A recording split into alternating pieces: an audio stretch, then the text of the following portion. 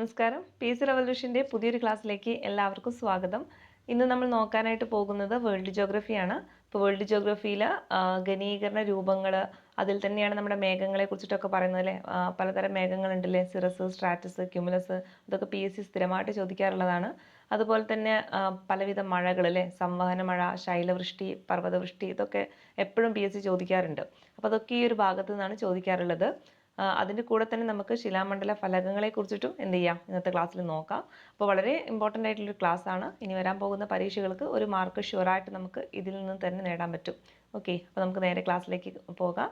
Class ഇഷ്ടമാവുകയാണെങ്കിൽ നിങ്ങൾ like ചെയ്യാനും നിങ്ങളുടെ വിലയേറിയ അഭിപ്രായം രേഖപ്പെടുത്താനും മറക്കരുത്. പല ആൾക്കാരും മറന്നു പോകുന്നുണ്ട്, അതുകൊണ്ടാണ് പറഞ്ഞത്. ഓക്കെ, അപ്പോൾ നമുക്ക് നേരെ ക്ലാസ്സിലേക്ക് കിടക്കാം.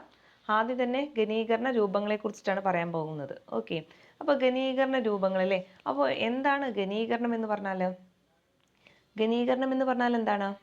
അതായത് ബാഷ്പീകരണത്തിലൂടെ അന്തരീക്ഷത്തിലേക്ക് എത്തുന്ന അല്ലേ നീരാവി, അതെന്താകുക, ജലമായി മാറുന്ന ആ ഒരു പ്രോസസ്സിനെയാണ് ഘനീകരണം എന്ന് പറയുന്നത്. ഓക്കെ, അപ്പോൾ എന്താണ് ഘനീകരണം എന്ന് പറഞ്ഞാൽ? ബാഷ്പീകരണത്തിലൂടെ അന്തരീക്ഷത്തിലെത്തുന്ന നീരാവി അതെന്താവുക അല്ലേ, ഘനീഭവിച്ചിട്ട് ജലത്തുള്ളികളായിട്ട് പിന്നീട് മാറുക അല്ലേ. അപ്പോൾ നമുക്കറിയില്ലേ മഴയൊക്കെ ഉണ്ടാകുന്നത്, ഇതൊക്കെ എന്താണ്, ഈ ഒരു ഘനീകരണ രൂപങ്ങളിൽ നിന്നാണ്. പിന്നെ മഞ്ഞ് വീഴ്ച അല്ലേ. അപ്പോൾ ഏതൊക്കെയാണ് ആ ഘനീകരണ രൂപങ്ങൾ നമുക്ക് ആദ്യം പഠിച്ചെടുക്കാം. ഒന്നാണ് അല്ലേ തുഷാരം എന്ന് പറയുന്നത്. ഓക്കെ, ഏതാണ്? ഫസ്റ്റ് തുഷാരമുണ്ട്, പിന്നെ മേഘങ്ങളുണ്ട്, പിന്നെ എന്തുണ്ട്, ഹിമമുണ്ട്, മൂടൽമഞ്ഞുണ്ട്. അപ്പോൾ ഇതൊക്കെ എന്താണ്, ഘനീകരണ രൂപങ്ങളാണ്. ഏതൊക്കെയാണ്? തുഷാരം, മൂടൽമഞ്ഞ്, അതുപോലെ തന്നെ ഹിമം, മേഘങ്ങൾ, ഇതൊക്കെ എന്താണ്, ഘനീകരണ രൂപങ്ങളാണ്. അപ്പം അതൊന്ന് ഓർത്ത് വെച്ചേക്കണം. അതിൽ ഓരോന്നായിട്ട് നമുക്ക് സെപ്പറേറ്റ് നോക്കാം. ആദ്യം തന്നെ തുഷാരമാണ്. ഓക്കെ, അപ്പോൾ തുഷാരല്ലേ നമ്മൾ പലപ്പോഴും കാണാറുള്ളതാണ് അല്ലേ. അതായത് രാവിലെയൊക്കെ എഴുന്നേൽക്കുന്ന സമയത്തിലെ ഒരു 5 മണി 6 മണി നേരത്തൊക്കെ നമ്മൾ പുറത്തേക്ക് ഇറങ്ങുന്ന സമയത്ത് നമുക്ക് നല്ലൊരു തണുപ്പ് അനുഭവപ്പെടും അല്ലേ. അതുമല്ല, നമ്മൾ പുറത്തേക്ക് ഇറങ്ങുമ്പോൾ ഈ ചെടികളിലും അതുപോലെ തന്നെ ഈ പുൽനാമ്പുകളിലൊക്കെ എന്ത് ചെയ്തിട്ടുണ്ടാവും, മഴത്തുള്ളികൾ പോലെ ഇങ്ങനെ പറ്റി പിടിച്ചിരിക്കുന്നത് കാണാം. നിങ്ങൾക്ക് ഈ പിക്ചർ കണ്ടാൽ മനസ്സിലാവും അല്ലേ. ഇതുപോലെ എന്ത് ചെയ്തിട്ടുണ്ട്, പുൽനാമ്പുകളിലൊക്കെ എന്ത് ചെയ്യുന്നുണ്ടാവും, ചെറിയ രീതിയിൽ മഴത്തുള്ളികൾ പോലെ ഇങ്ങനെ പറ്റി പിടിച്ച് കിടക്കുന്നത് കാണാം. അപ്പോൾ നമ്മൾ വിചാരിക്കും മഴയൊക്കെ പെയ്തതാണോ എന്നല്ലേ. അപ്പോൾ ശരിക്കും എന്താണ് അവിടെ സംഭവിക്കുന്നത്? ശരിക്കും എന്താണ് സംഭവിച്ചിട്ടുള്ളത് അത് അല്ലേ. നമുക്കറിയാം രാത്രി കാലം ആകുമ്പോൾ എന്താവുന്നുണ്ട്, ഈ ഒരു ഭൗമോപരിതലം എന്താവും അല്ലേ, തണുക്കാനായിട്ട് തുടങ്ങും അല്ലേ. അപ്പോൾ രാത്രി കാലങ്ങളിൽ ഇങ്ങനെ ഭൗമോപരിതലം തണുക്കുന്ന സമയത്ത് അതിനോട് ചേർന്ന് കിടക്കുന്നതാണ് അല്ലേ അന്തരീക്ഷം. നമ്മൾ അന്തരീക്ഷം എന്താണെന്നൊക്കെ പറഞ്ഞിട്ടുണ്ടല്ലേ. അപ്പോൾ നമ്മൾ ഈ ഭൗമോപരിതലത്തോട് ചേർന്ന് കിടക്കുന്നതാണ് നമ്മുടെ ഈ കാണുന്ന അന്തരീക്ഷം അല്ലേ. അപ്പോൾ ഈ അന്തരീക്ഷം എന്താവാനായിട്ട് തുടങ്ങും, തണുക്കാനായിട്ട് തുടങ്ങും അല്ലേ. അതായത് ഭൗമോപരിതലം തണുക്കുന്ന സമയത്ത് നമ്മുടെ അതിൻ്റെ കൂടെ നിൽക്കുന്ന അന്തരീക്ഷം കൂടി എന്ത് ചെയ്യും, തണുക്കാനായിട്ട് തുടങ്ങും. ഇതുമൂലം എന്ത് ചെയ്യും, നീരാവി ഘനീഭവിച്ചിട്ട് എന്താവും, ജലത്തുള്ളികളായിട്ട് മാറും. ആ ജലത്തുള്ളികളാണ് നമ്മൾ കാണുന്ന ഈ ഇലകളിലും ഈ പുൽനാമ്പുകളിലൊക്കെ ഇങ്ങനെ പറ്റിപ്പിടിച്ചിരിക്കുന്ന ചെറിയ ചെറിയ ജലഗോളങ്ങളായിട്ട് ഇങ്ങനെ കാണുന്നത്. ഓക്കെ, അപ്പം ഇതിനെയാണ് എന്ത് പറയുക, തുഷാരം എന്ന് വിളിക്കുന്നത്. അപ്പം മാറരുത്. തുഷാരം എന്താണെന്ന് ചോദിച്ചു കഴിഞ്ഞാൽ നിങ്ങളുടെ മനസ്സിലേക്ക് പെട്ടെന്ന് ഈ ഒരു പിക്ചർ മനസ്സിൽ വന്നാൽ മതി. ഇതുപോലെ ഇങ്ങനെ എന്താണ് വെള്ളത്തുള്ളികൾ അല്ലേ, ചെറിയ ചെറിയ വെള്ളത്തുള്ളികൾ ഇങ്ങനെ ഈ ചെടികളുടെ ഒക്കെ മുകളിൽ ഇങ്ങനെ പറ്റിപ്പിടിച്ച് കിടക്കുന്നത് കാണാം. അതാണ് തുഷാരം എന്ന് പറയുന്നത്. ഓക്കെ, ഇനി അടുത്ത ഒന്നാണ് ഹിമം. ഓക്കെ, അപ്പോൾ ഹിമം എന്താണെന്ന് നോക്കാം. ഹിമം നിങ്ങൾക്ക് മനസ്സിലാവണമെങ്കിൽ ആദ്യം ഈ ഒരു പിക്ചർ തന്നെ നോക്കാം അല്ലേ. ഇവിടെ ജലത്തുള്ളികൾ പോലെയല്ല കാണുന്നത് അല്ലേ. അതായത് ചെറിയ ചെറിയ മഞ്ഞ് കണങ്ങളായിട്ടാണ് കാണുന്നത്. ഇങ്ങനെ ഒരു അല്ലേ പൊടി പോലെ, വെള്ള പൊടി പോലെ ഇങ്ങനെ പറ്റിപ്പിടിച്ച് കിടക്കുന്നത് കാണാം അല്ലേ. അതെന്താണ്, ചെറിയ ഹിമ കണങ്ങളാണ്. അപ്പോൾ ഇതൊക്കെ സംഭവിക്കുന്നത് നല്ല തണുപ്പുള്ള സമയത്താണ് കേട്ടോ. നല്ല തണുപ്പുള്ള പ്രദേശങ്ങളിലായിരിക്കും. അതായത് രാത്രി കാലങ്ങളിൽ അവിടുത്തെ ഒരു താപനില എന്ന് പറയുന്നത് 0 ഡിഗ്രി സെൽഷ്യസിനേക്കാളും താഴെയാവുക. ഓക്കെ, അതായത് രാത്രി കാലങ്ങളിൽ എന്താണ് അവിടുത്തെ താപനില എങ്ങനെയായിരിക്കും, വളരെ കുറവായിരിക്കും അല്ലേ, വളരെ തണുപ്പായിരിക്കും. 0 ഡിഗ്രി സെൽഷ്യസിനേക്കാളും കുറവായിരിക്കും. ആ സമയത്ത് ഉണ്ടാവുന്നതാണ് എന്ത്, ഹിമം എന്ന് പറയുന്നത് അല്ലേ. തുഷാരത്തിന് പകരം ഇവിടെ എന്താവുകയാണ്, ചെറിയ ചെറിയ ഹിമ കണങ്ങൾ അല്ലേ, മഞ്ഞ് കണങ്ങളായിട്ടാണ് പതിക്കുന്നത്. അതാണ് ഈ ഒരു ചെടികളിലൊക്കെ നമുക്ക് കാണാൻ പറ്റുന്നത്. ഓക്കെ, അപ്പോൾ ഹിമം എന്ന് ചോദിച്ചു കഴിഞ്ഞാൽ നമ്മുടെ മനസ്സിൽ പെട്ടെന്ന് ഈ ഒരു പിക്ചറാണ് വരേണ്ടത് കേട്ടോ. ഇതുപോലെ ഇങ്ങനെ ഇലകളിലൊക്കെ എന്താണ് അല്ലേ, ഒരു വെള്ള പൊടി പോലെ ഇങ്ങനെ പറ്റി പിടിച്ച് കിടക്കുന്ന ഈ ഒരു പിക്ചറാണ് മനസ്സിൽ വരേണ്ടത്. തുഷാരം എന്ന് പറഞ്ഞാൽ എന്താണ് അല്ലേ, ആ പുൽനാമ്പുകളിൽ ഇങ്ങനെ ചെറിയ ചെറിയ വെള്ളത്തുള്ളികൾ പോലെ ഇങ്ങനെ പറ്റി പിടിച്ച് കിടക്കുന്നത് കാണല്ലേ, അതാണ് മനസ്സിൽ വരേണ്ടത് കേട്ടോ. അടുത്തതാണ് മൂടൽമഞ്ഞ്. ഓക്കെ അല്ലേ, മൂടൽമഞ്ഞ് നമ്മൾ പലപ്പോഴായിട്ട് അനുഭവിച്ചിട്ടുള്ളതായിരിക്കും അല്ലേ. നമ്മൾ എങ്ങോട്ടെങ്കിലൊക്കെ യാത്ര പോകുന്ന സമയത്തല്ലേ, അതായത് ഹൈ റേഞ്ച് പ്രദേശങ്ങളിലൊക്കെ യാത്ര പോകുമ്പോൾ ഒക്കെ നമുക്ക് അല്ലേ മൂടൽമഞ്ഞ് കാണാൻ പറ്റും അല്ലേ. കൂടാതെ നമുക്ക് ശൈത്യകാലങ്ങളിലെ അതായത് നമ്മുടെ ഡിസംബർ ജനുവരി ആ മാസങ്ങളിലൊക്കെ ഇങ്ങനെ മൂടൽമഞ്ഞ് എപ്പോഴും ഇങ്ങനെ അന്തരീക്ഷത്തിൽ ഇങ്ങനെ തങ്ങി നിൽക്കുന്നതായിട്ട് കാണാം അല്ലേ. അപ്പോൾ എന്താണ് മൂടൽമഞ്ഞ് നോക്കാം നമുക്ക്. അതായത് അന്തരീക്ഷം തണുക്കുന്നതിലൂടെ ഘനീഭവിച്ചുണ്ടാകുന്ന നേർത്ത ജലകണികകൾ എന്ത് ചെയ്യുന്നു, അത് താഴത്തോട്ട് പോകാതെ അന്തരീക്ഷത്തിൽ തന്നെ ഇങ്ങനെ തങ്ങി നിൽക്കുക. അതായത് മേഘങ്ങളിലെ ഒരു ചെറിയൊരു മേഘങ്ങൾ പോലെ ഇങ്ങനെ അത് അന്തരീക്ഷത്തിൽ തന്നെ തങ്ങി നിൽക്കുന്നതിനെയാണ് എന്ത് പറയുന്നത്, മൂടൽമഞ്ഞ് എന്ന് പറയുന്നത്. ക്ലിയർ അല്ലേ? അതായത് അന്തരീക്ഷത്തിന്റെ താഴ്ന്ന വിതാനങ്ങളിലുള്ള പൊടിപടലങ്ങളെ കേന്ദ്രീകരിച്ചിട്ട് എന്താവുക, ഒരു മേഘം പോലെ രൂപീകരിക്കുക. അതാണ് മൂടൽമഞ്ഞ് എന്ന് പറയുന്നത്. ഓക്കെ, അതാണ് അത് അവിടെ ഇങ്ങനെ സ്ഥിരമായിട്ട് ഇങ്ങനെ കുറച്ച് സമയത്തേക്ക് അങ്ങനെ നിൽക്കുന്നത്. ക്ലിയർ അല്ലേ? ഇപ്പൊ മൂടൽമഞ്ഞ് എന്താന്ന് മനസ്സിലായില്ലേ? ഈ മൂടൽമഞ്ഞ് രണ്ട് വിധമുണ്ട്. കനത്ത മൂടൽമഞ്ഞുണ്ട്, അതുപോലെ തന്നെ നേർത്ത മൂടൽമഞ്ഞുണ്ട്. അപ്പൊ അത് എന്താന്ന് നമുക്ക് നോക്കാം. കനത്ത മൂടൽമഞ്ഞ് എന്ന് പറഞ്ഞാൽ എന്താ, അതായത് നല്ല മൂടൽമഞ്ഞായിരിക്കും. നമുക്ക് പുറത്തേക്ക് ഇറങ്ങുന്ന സമയത്ത് നമുക്ക് അധികം ദൂരക്കാഴ്ചയൊന്നും കിട്ടില്ല അല്ലേ. നമ്മൾ വണ്ടി ഓടിക്കുന്ന സമയത്ത് നമുക്ക് എന്ത് ചെയ്യും, അടുത്തുള്ള നേരെ പോകുന്ന വഴി നമുക്ക് കറക്റ്റ് കാണാനായിട്ട് സാധിക്കില്ല. അതായത് 1 കിലോമീറ്റർ വരെയുള്ള ദൂരെ നമുക്ക് കിട്ടുന്നുള്ളൂ എങ്കിൽ അതെന്താണ്, കനത്ത മൂടൽമഞ്ഞാണ്. ഓക്കെ, അതായത് നമ്മളിങ്ങനെ പോകുന്ന സമയത്ത് നമുക്കൊരു 1 കിലോമീറ്റർ ദൂരം അല്ലെ, 1 കിലോമീറ്റർ ദൂരത്തോളമുള്ള കാഴ്ചകളെ നമ്മുടെ കണ്ണിന് കാണാൻ പറ്റുന്നുള്ളൂ. ബാക്കിയുള്ളതൊക്കെ എന്താണ്, മൂടൽമഞ്ഞ് കൊണ്ട് ഒന്നും മറഞ്ഞിരിക്കുകയാണ്. അങ്ങനെയുള്ള മൂടൽമഞ്ഞാണെങ്കിൽ എന്താണ്, അത് കനത്ത മൂടൽമഞ്ഞാണ്. ഇനി നേർത്ത മൂടൽമഞ്ഞ് എന്ന് പറഞ്ഞാൽ എന്താണ്, നമുക്ക് 1 കിലോമീറ്ററിലധികം നമുക്ക് കാണാനായിട്ടൊക്കെ പറ്റുന്നുണ്ടെങ്കിൽ അതെന്താണ്, ഒരു നേർത്ത മൂടൽമഞ്ഞാണ്. ഓക്കെ, അപ്പോൾ നമ്മുടെ ഘനീകരണ രൂപങ്ങൾ ഇപ്പോൾ ഈ ഒരു തുഷാരം, ഹിമം, മൂടൽമഞ്ഞ് ഇതൊക്കെ നമുക്ക് ക്ലിയർ അല്ലേ? ഇനി ഈ ഒരു മൂടൽമഞ്ഞുമായി ബന്ധപ്പെട്ടിട്ട് നമ്മൾ അറിഞ്ഞിരിക്കേണ്ട ഒരു വേർഡാണ് സ്മോഗ് എന്ന് പറയുന്നത്. ഈ ഒരു ബോക്സിൽ കൊടുത്തിട്ടുണ്ട് സ്മോഗ് എന്താന്ന് പറയുന്നുണ്ട്. അതായത് നമുക്കറിയില്ലേ, ഈ വ്യവസായ മേഖലകളിൽ നിന്നൊക്കെ എന്ത് ചെയ്യുന്നുണ്ട്, പുകയൊക്കെ പുറത്തേക്ക് വരാറുണ്ടല്ലേ. ഈ പുകയും മൂടൽമഞ്ഞും കൂടി ചേർന്ന് കഴിഞ്ഞിട്ടുള്ള ആ ഒരു രൂപത്തെയാണ് സ്മോഗ് എന്ന് പറയുന്നത്. ഓക്കെ, എന്താണ് സ്മോഗിലെ, അതായത് ഈ സ്മോക്കും പിന്നെന്താണ് മൂടൽമഞ്ഞിന് എന്താ നമ്മൾ ഇംഗ്ലീഷിൽ പറയാ, ഫോഗ് ആണല്ലേ. മൂടൽമഞ്ഞിന് ഇംഗ്ലീഷ് എന്താ പറയാ, ഫോഗ് അല്ലേ. അപ്പൊ ഈ സ്മോക്കും ഫോഗും കൂടി ചേർന്നിട്ട് എന്തായി, സ്മോഗ് എന്നൊരു പുതിയൊരു എന്ത് ചെയ്യുന്നുണ്ട്, പുതിയൊരു രൂപം അല്ലേ. അതിനെയാണ് എന്ത് പറയുന്നത്, സ്മോഗ് എന്ന് പറയുന്നത്. അതായത് വ്യവസായ മേഖലകളിൽ നിന്ന് പുറത്തു വരുന്ന പുകയും ഈ ഒരു മൂടൽമഞ്ഞും കൂടി ചേർന്നിട്ടുള്ള ആ ഒരു അന്തരീക്ഷത്തിൽ കാണുന്ന ആ ഒരു അവസ്ഥയാണ് സ്മോഗ് എന്ന് വിളിക്കുന്നത്. ഓക്കെ, അപ്പൊ അതെന്താന്ന് മനസ്സിലാക്കി വെക്കുക. ഇനി നമുക്ക് അടുത്ത ഒരു ഘനീകരണ രൂപമായ മേഘങ്ങളിലോട്ട് പോകാം. ഓക്കെ, വളരെ ഇമ്പോർട്ടൻ്റ് ആണ്. മേഘങ്ങൾ സ്ഥിരമായിട്ട് ചോദിക്കാറുള്ളതാണ്. അപ്പോൾ അല്ലേ, മേഘങ്ങൾ എന്ന് പറഞ്ഞാൽ എന്താണ്, മേഘങ്ങൾ എങ്ങനെയാണ് രൂപം കൊള്ളുന്നത് അല്ലേ? നമ്മൾ പറഞ്ഞിട്ടുണ്ട്, അന്തരീക്ഷത്തെ കുറിച്ചിട്ട് പല കാര്യങ്ങളും പറഞ്ഞിട്ടുണ്ട് അല്ലേ. അന്തരീക്ഷത്തിൽ എന്തൊക്കെ ഘടകങ്ങൾ അടങ്ങിയിട്ടുണ്ട്, പൊടിപടലങ്ങളുണ്ട്, വാതകങ്ങളുണ്ട്, ജലബാഷ്പമുണ്ട് എന്നൊക്കെ നമ്മൾ പറഞ്ഞിട്ടുണ്ട് അല്ലേ. അങ്ങനെയുള്ള ഈ ഒരു പൊടിപടലങ്ങളെ കേന്ദ്രീകരിച്ചിട്ട് എന്ത് ചെയ്യുന്നു, നീരാവിലെ, നമുക്കറിയാം ഈ നീരാവി ഘനീഭവിച്ചിട്ടാണ് എന്തുണ്ടാകുന്നത്, മേഘങ്ങൾ രൂപം കൊള്ളുന്നത് അല്ലേ. അപ്പൊ ഈ മേഘങ്ങൾ എന്ന് പറഞ്ഞാൽ എന്താണ്, അന്തരീക്ഷത്തിലെ നേർത്ത പൊടിപടലങ്ങളെ കേന്ദ്രീകരിച്ചിട്ട് നീരാവി ഘനീഭവിച്ചിട്ടാണ് എന്തുണ്ടാകുന്നത്, മേഘങ്ങൾ രൂപം കൊള്ളുന്നത്. ഓക്കെ, ഇനി അടുത്തത് മേഘങ്ങളുമായി ബന്ധപ്പെട്ടിട്ട് വളരെ ഇമ്പോർട്ടൻ്റ് ആണ്. ഒരുപാട് തവണ അല്ലെ, ഒരുപാട് തവണ ചോദിച്ചിട്ടുള്ളൊരു ഭാഗമാണ് വ്യത്യസ്ത ഇനം മേഘങ്ങൾ. ഓക്കെ, അപ്പോൾ പലപ്പോഴും കൺഫ്യൂഷൻ വരാറുള്ളൊരു ഭാഗം കൂടിയാണ് അല്ലേ. നമുക്ക് പലതും കേൾക്കുമ്പോൾ പരസ്പരം ഏത് മേഘം എന്നുള്ള കൺഫ്യൂഷൻ വരാറുണ്ട്. അപ്പോൾ നമുക്ക് ഇവിടെ തന്നെ അങ്ങ് ക്ലിയർ ചെയ്ത് പോകാം. ആദ്യത്തത് സിറസ് മേഘങ്ങളാണ്. ഓക്കെ, എന്താണ് സിറസ് മേഘങ്ങൾ അല്ലേ. ഈ സിറസ് മേഘങ്ങളിലെ നമുക്ക് ആദ്യം ഈ പിക്ചർ ഒന്ന് മനസ്സിലേക്ക് കൊണ്ടുവരാം അല്ലെ. ആദ്യം കാണുന്ന ഈ പിക്ചർ ഉണ്ടല്ലോ. ഓക്കെ, ഈ ഒരു ആദ്യം കാണുന്ന ഒരു പിക്ചർ ഉണ്ടല്ലോ, അതാണ് എന്ത്, സിറസ് മേഘങ്ങൾ എന്ന് പറയുന്നത്. അതായത് കാണുമ്പോൾ തന്നെ നമുക്ക് മനസ്സിലാവില്ലേ, വളരെ തെളിഞ്ഞൊരു അന്തരീക്ഷമാണ് അല്ലേ, വളരെ തെളിഞ്ഞ അന്തരീക്ഷമാണ്. ഇവിടെ കാണുന്നത് എങ്ങനെയാണ്, ഈ മേഘങ്ങൾ വളരെ നേർത്ത തൂവൽക്കെട്ടുകൾ പോലെയാണ് കാണുന്നത്. ഓക്കെ, തൂവൽക്കെട്ട് എന്ന് മാത്രം പറയുകയാണെങ്കിൽ അത് വേറെ മേഘം ഉണ്ട് കേട്ടോ.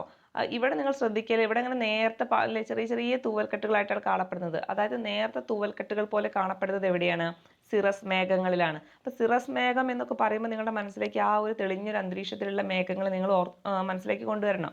അപ്പോഴേ നമുക്കിത് കിട്ടുള്ളൂ. ഓക്കെ, അപ്പൊ എങ്ങനെയാണ് സിറസ് മേഘങ്ങൾ എന്ന് പറഞ്ഞാൽ തെളിഞ്ഞ അന്തരീക്ഷമായിരിക്കും. അവിടെ എന്താണ്, നേർത്ത തൂവൽക്കെട്ടുകൾ പോലെയാണ് കാണുന്നത് കേട്ടോ മേഘങ്ങൾ. അടുത്ത് നമുക്ക് സ്ട്രാറ്റസ് മേഘങ്ങൾ നോക്കാം. സ്ട്രാറ്റസ് മേഘം നിങ്ങൾക്ക് താഴെ തന്നെ കാണാൻ പറ്റുന്നുണ്ടാവും അല്ലെ. കുറച്ചും കൂടി ഒന്ന് താഴ്ന്നിട്ടാണ് കിടക്കുന്നത് അല്ലേ. അതായത് ഓരോരോ പാളികളായിട്ട് അവിടെ കണ്ടോ, നിങ്ങൾക്ക് വളരെ ഓരോ പാളികളായിട്ടാണ് ഈ ഒരു സ്ട്രാറ്റസ് മേഘങ്ങൾ കാണുന്നത്. അപ്പോൾ അതാണ് താഴ്ന്ന വിതാനങ്ങളിൽ കനത്ത പാളികളായിട്ട് കാണപ്പെടുന്ന മേഘങ്ങളാണ് ഏത്, സ്ട്രാറ്റസ് മേഘങ്ങൾ എന്ന് പറയുന്നത്. ഓക്കെ, അപ്പോൾ സ്ട്രാറ്റസ് മേഘങ്ങൾ എന്താണ്, താഴ്ന്ന വിതാനങ്ങളിൽ. ഇത് കാണുമ്പോൾ നമുക്ക് കുറച്ച് മനസ്സിലാവില്ലേ, എങ്ങനെ കുറച്ചൊന്ന് താഴ്ന്നിട്ടാണ് കിടക്കുന്നത് അല്ലേ ഈ മേഘങ്ങളൊക്കെ. മുകളിലുള്ളത് എങ്ങനെയാണ്, വളരെ അല്ലെ ഉയർന്നിട്ട് തെളിഞ്ഞൊരു അന്തരീക്ഷത്തിൽ ഇങ്ങനെ ചെറിയ ചെറിയ അല്ലെങ്കിൽ നേർത്ത തൂവൽ കെട്ടുകൾ പോലെ കാണുന്നത്. എന്നാൽ സ്ട്രാറ്റസിൽ വരുമ്പോൾ എന്താണ്, കുറച്ചുകൂടി താഴ്ന്നിട്ടാണ് കാണപ്പെടുന്നത് മേഘങ്ങൾ അല്ലേ. അതും എങ്ങനെയാണ്, ഒരു പാളികളായിട്ടാണ് കാണപ്പെടുന്നത്. അപ്പോൾ ചോദിക്കാറുണ്ട്, പാളികളായിട്ട് കാണപ്പെടുന്ന മേഘങ്ങൾ ഏതാണ്, സ്ട്രാറ്റസ് മേഘങ്ങളാണ്. അടുത്തൊന്നാണ് ക്യുമുലസ് മേഘങ്ങൾ. ഓക്കെ, അപ്പോൾ ക്യുമുലസ് മേഘങ്ങൾ എന്ന് പറഞ്ഞാൽ എന്താണ്? ഇത് സ്ഥിരം ചോദിക്കുന്ന ഒരു ക്വസ്റ്റ്യൻ ആണ്. ഉയർന്ന സംവഹന പ്രവാഹ ഫലമായി രൂപം കൊള്ളുന്ന തൂവൽ കെട്ടുകൾ പോലെയുള്ള മേഘങ്ങളാണ് ഇത് ക്യുമുലസ് മേഘങ്ങൾ എന്ന് പറയുന്നത്. ഓക്കെ, എന്താണ്? തൂവൽ കെട്ടാണ്. ഇതാണ് സംഭവം കേട്ടോ. ഈ ഒരു മൂന്നാമത്തെ പിക്ചറാണ് ക്യുമുലസ് മേഘങ്ങൾ എന്ന് പറയുന്നത്. അതായത് ഇവിടെ കണ്ടോ, ഇവിടുത്തെ അതായത് മേഘങ്ങൾ എങ്ങനെയാണ്? തൂവൽ കെട്ട് അല്ലെ, കെട്ടുകൾ പോലെയാണ്. അപ്പൊ ആദ്യം പറഞ്ഞ സിറസിൽ എങ്ങനെയാണ്? അല്ലെ, നേർത്ത തൂവൽ കെട്ടുകളാണല്ലേ. ഇവിടെ ഇങ്ങനെ കൂടി നിൽക്കുന്നത് കണ്ടില്ലേ അല്ലെ, അത് തൂവൽ കെട്ടുകൾ പോലെ കാണപ്പെടുന്നതാണ്. ഓക്കെ, മറ്റേത് ഇങ്ങനെ വളരെ നേർത്ത രീതിയിലാണ് കാണപ്പെടുന്നത്. അപ്പൊ ചോദിക്കാറുണ്ട് തൂവൽ കെട്ടുകൾ പോലെ കാണപ്പെടുന്ന മേഘങ്ങൾ ഏതാന്ന് ചോദിച്ചാൽ ഏതാണ്? അത് ക്യുമുലസ് മേഘങ്ങളാണ്. അതുപോലെ തന്നെ ചോദിക്കാറുള്ളതാണ് ഉയർന്ന സംവഹന പ്രവാഹ ഫലമായി രൂപം കൊള്ളുന്ന മേഘം ഏതാന്ന് ചോദിച്ചാലും ഏതാണ്? ക്യുമുലസ് മേഘങ്ങളാണ്. ഓക്കെ, അടുത്തത് ലാസ്റ്റ് വൺ നിംബസ് മേഘങ്ങളാണ്. അതും ചോദിക്കാറുള്ളതാണ്. നിംബസ് മേഘങ്ങൾ അല്ലെ, നമ്മുടെ മഴമേഘങ്ങൾ എന്നൊക്കെ പറയുന്നത് ഏതാണ്? ഈ നിംബസ് മേഘങ്ങളാണ്. അതായത് താഴ്ന്ന വിതാനത്തിൽ കാണപ്പെടുന്ന ഇരുണ്ട മഴമേഘങ്ങളാണ് കേട്ടോ. ഏതാണ്? ഇരുണ്ട മഴമേഘങ്ങൾ അല്ലെ. ഇതിലെന്താണ്? സൂര്യപ്രകാശത്തെ കടത്തിവിടാതെ ഇരുണ്ട നിറത്തിലാണ് ഇതിനെ കാണപ്പെടുന്നത്. അതായത് നമ്മൾ മഴയൊക്കെ പെയ്യുന്നതിന് തൊട്ട് മുമ്പുള്ള നമ്മുടെ ഒരു അന്തരീക്ഷം കണ്ടാൽ എങ്ങനെ? അതേ സംഭവം തന്നെയാണ് ഇതിലെ. ഇവിടെ ലാസ്റ്റ് പിക്ചർ നിങ്ങൾക്ക് കണ്ടാൽ മനസ്സിലാകും. ഇതാണ് നിംബസ് മേഘങ്ങൾ. അതായത് എന്താണ് അല്ലെ, അതായത് മഴയൊക്കെ വരാൻ പോകുമ്പോൾ വളരെ ഇരുണ്ട് കൂടിയിട്ടായിരിക്കും മേഘങ്ങൾ വരിക. അപ്പൊ അതിനെയാണ് എന്ത് പറയുന്നത്? നിംബസ് മേഘങ്ങൾ എന്ന് പറയുന്നത്. മഴമേഘങ്ങൾ എന്നൊക്കെ ചോദിക്കാറുണ്ട്. ക്ലിയർ അല്ലേ? അപ്പൊ ഓരോ മേഘങ്ങൾ ഏതെല്ലാന്ന് മനസ്സിലായില്ലേ? നമുക്കൊന്നും കൂടി റിവൈസ് ചെയ്യാം. ഓക്കെ, അപ്പൊ ഒന്നുകൂടി നോക്കാം. സിറസ് മേഘങ്ങൾ എന്താണ്? വളരെ തെളിഞ്ഞ അന്തരീക്ഷത്തിൽ കാണുന്ന മേഘങ്ങളാണ്. നേർത്ത തൂവൽക്കെട്ടുകളാണ്. ഓക്കെ, അടുത്തത് സ്ട്രാറ്റസ് മേഘങ്ങൾ അല്ലേ. സ്ട്രാറ്റസ് മേഘങ്ങൾ എന്താണ്? കനത്ത പാളികളായിട്ട് കാണപ്പെടുന്നതാണ് ഇത് സ്ട്രാറ്റസ് മേഘങ്ങൾ എന്ന് പറയുന്നത് അല്ലെ. അതായത് താഴ്ന്ന വിതാനങ്ങളിൽ ഇങ്ങനെ കനത്ത പാളികളായിട്ട് കാണപ്പെടുന്ന മേഘങ്ങൾ ഏതാന്ന് ചോദിച്ചാൽ ഏതാണ്? അത് സ്ട്രാറ്റസ് മേഘങ്ങളാണ്. അപ്പൊ സിറസ് എന്ന് പറഞ്ഞാൽ എന്താണ്? അല്ലെ, തെളിഞ്ഞ അന്തരീക്ഷത്തിൽ കാണുന്നതാണ്. അതുപോലെ തന്നെ നേർത്ത തൂവൽക്കെട്ടുകളായിരിക്കും. സ്ട്രാറ്റസ് എന്ന് പറഞ്ഞാൽ പാളികളായിട്ട് കാണുന്ന മേഘങ്ങൾ ചോദിച്ചു കഴിഞ്ഞാൽ അത് ഏതാണ്? സ്ട്രാറ്റസ് മേഘങ്ങളാണ്. ക്യുമുലസ് മേഘങ്ങൾ എന്ന് പറഞ്ഞാൽ അല്ലേ, നമ്മളെ പിക്ചർ നമ്മുടെ മനസ്സിലേക്ക് വരണം അല്ലേ. അതായത് തൂവൽ കെട്ടുകൾ പോലെയാണ് കാണപ്പെടുന്നത്. അതെങ്ങനെയാണ്? ഉയർന്ന സംവഹന പ്രവാഹ ഫലമായിട്ട് രൂപം കൊള്ളുന്ന മേഘങ്ങളാണ് ഇത് ക്യുമുലസ് മേഘങ്ങൾ എന്ന് പറയുന്നത്. അടുത്തത് നിംബസ് ആണ്. നിംബസ് മേഘങ്ങൾ എന്ന് പറയുമ്പോൾ തന്നെ നമ്മുടെ മനസ്സിലേക്ക് മഴമേഘങ്ങൾ അല്ലേ. മഴ പെയ്യാൻ പോകുന്നതിന് മുമ്പ് നമ്മുടെ അന്തരീക്ഷം എങ്ങനെയായിരിക്കും അല്ലേ? വളരെ ഇരുണ്ട് കൂടിയിട്ടായിരിക്കും അല്ലേ. അതായത് ഇരുണ്ട മേഘങ്ങളാണ് ഇത് നിംബസ് മേഘങ്ങൾ എന്ന് പറയുന്നത്. ഇവ എന്താണ്? സൂര്യപ്രകാശത്തെ കടത്തിവിടാതെ ഇരുണ്ട നിറത്തിലാണ് കാണപ്പെടുന്നത്. ക്ലിയർ അല്ലേ മേഘങ്ങളെയൊക്കെ കുറിച്ചിട്ടോ? അടുത്ത ഭാഗത്തിലോട്ട് പോകാം. ഇനി ഇവിടെ മേഘങ്ങളുമായി ബന്ധപ്പെട്ട് കുറച്ച് ചെറിയൊരു ഡാറ്റയും കൂടി നിങ്ങൾ ഓർത്ത് വെച്ചേക്കണം അല്ലേ. അതായത് ഉയരത്തിന്റെ അടിസ്ഥാനത്തിൽ വീണ്ടും മേഘങ്ങളെ ഒരു 4 വിധത്തിൽ തരംതിരിച്ചിട്ടുണ്ട്. ഇത് വലിയ ഇമ്പോർട്ടൻ്റ് അല്ല, നിങ്ങൾ ചോദിച്ച് കണ്ടിട്ടില്ല. എന്നിരുന്നാലും ജസ്റ്റ് നിങ്ങൾ ഓർത്ത് വെച്ചേക്കാം. ഇവിടെ അല്ലേ വളരെ ഉയരത്തിൽ കാണുന്ന മേഘങ്ങൾ, അതായത് 20,000 മുതൽ 40,000 വരെ ആ ഒരു ഉയരത്തിൽ കാണുന്ന മേഘങ്ങളെ അങ്ങനെ ഒരു തരംതിരിച്ചിട്ടുണ്ട്. അതുപോലെ തന്നെ മധ്യമേഘങ്ങൾ എന്ന് പറയുന്നത് എത്രയാണ്? 7,000 മുതൽ 20,000ത്തിന്റെ ആ ഒരു ഇടയിൽ വരുന്ന മേഘങ്ങളാണ് മധ്യമേഘങ്ങൾ എന്ന് പറയുന്നത്. പിന്നെ താഴ്ന്ന മേഘങ്ങളാണെങ്കിൽ 7,000 അല്ലെ, 7,000 അടി താഴെ വരുന്ന മേഘങ്ങളാണ് ഇത് താഴ്ന്ന മേഘങ്ങൾ എന്ന് പറയുന്നത്. ഓക്കെ, അപ്പൊ അതൊന്ന് ജസ്റ്റ് നിങ്ങൾ ഓർത്ത് വെച്ചാൽ മതി. ആദ്യത്തൊന്ന് നിങ്ങൾ എന്ത് ചെയ്യുക? ഓർത്ത് വെക്കുക. അതായത് വളരെ ഉയരത്തിൽ കാണപ്പെടുന്ന മേഘങ്ങൾ അല്ലെ എങ്ങനെയാണ്? 20,000 മുതൽ 40,000 അടി മുകളിലായിരിക്കും എന്ന് മനസ്സിലാക്കി വെക്കുക കേട്ടോ. അടുത്തത് നമുക്ക് പഠിക്കാനുള്ളത് ഓക്കെ, ഇനി നമുക്ക് NCERT-യിൽ ഈ ഒരു മേഘങ്ങളുമായി ബന്ധപ്പെട്ടിട്ട് കുറച്ചൊരു ഡാറ്റ ഉണ്ട്. മറ്റുള്ള കാര്യങ്ങൾ നിങ്ങൾ എന്ത് ചെയ്യാം? അത്ര വലിയ ഇമ്പോർട്ടൻ്റ് അല്ല, അങ്ങനെ ചോദിച്ച് കണ്ടിട്ടില്ല. പക്ഷേ മേഘങ്ങളിലെ ഈ സിറസ് സ്റ്റാറ്റസ് ഒക്കെ സ്ഥിരം ചോദിക്കാറുള്ളതാണ്. അപ്പം അതുമായി ബന്ധപ്പെട്ട് നമ്മുടെ +1 ടെക്സ്റ്റ് ബുക്കിലുള്ള കുറച്ച് ഡാറ്റയും കൂടി എന്ത് ചെയ്യാം? അതിൻ്റെ കൂടെ ആഡ് ചെയ്ത് പഠിക്കാം.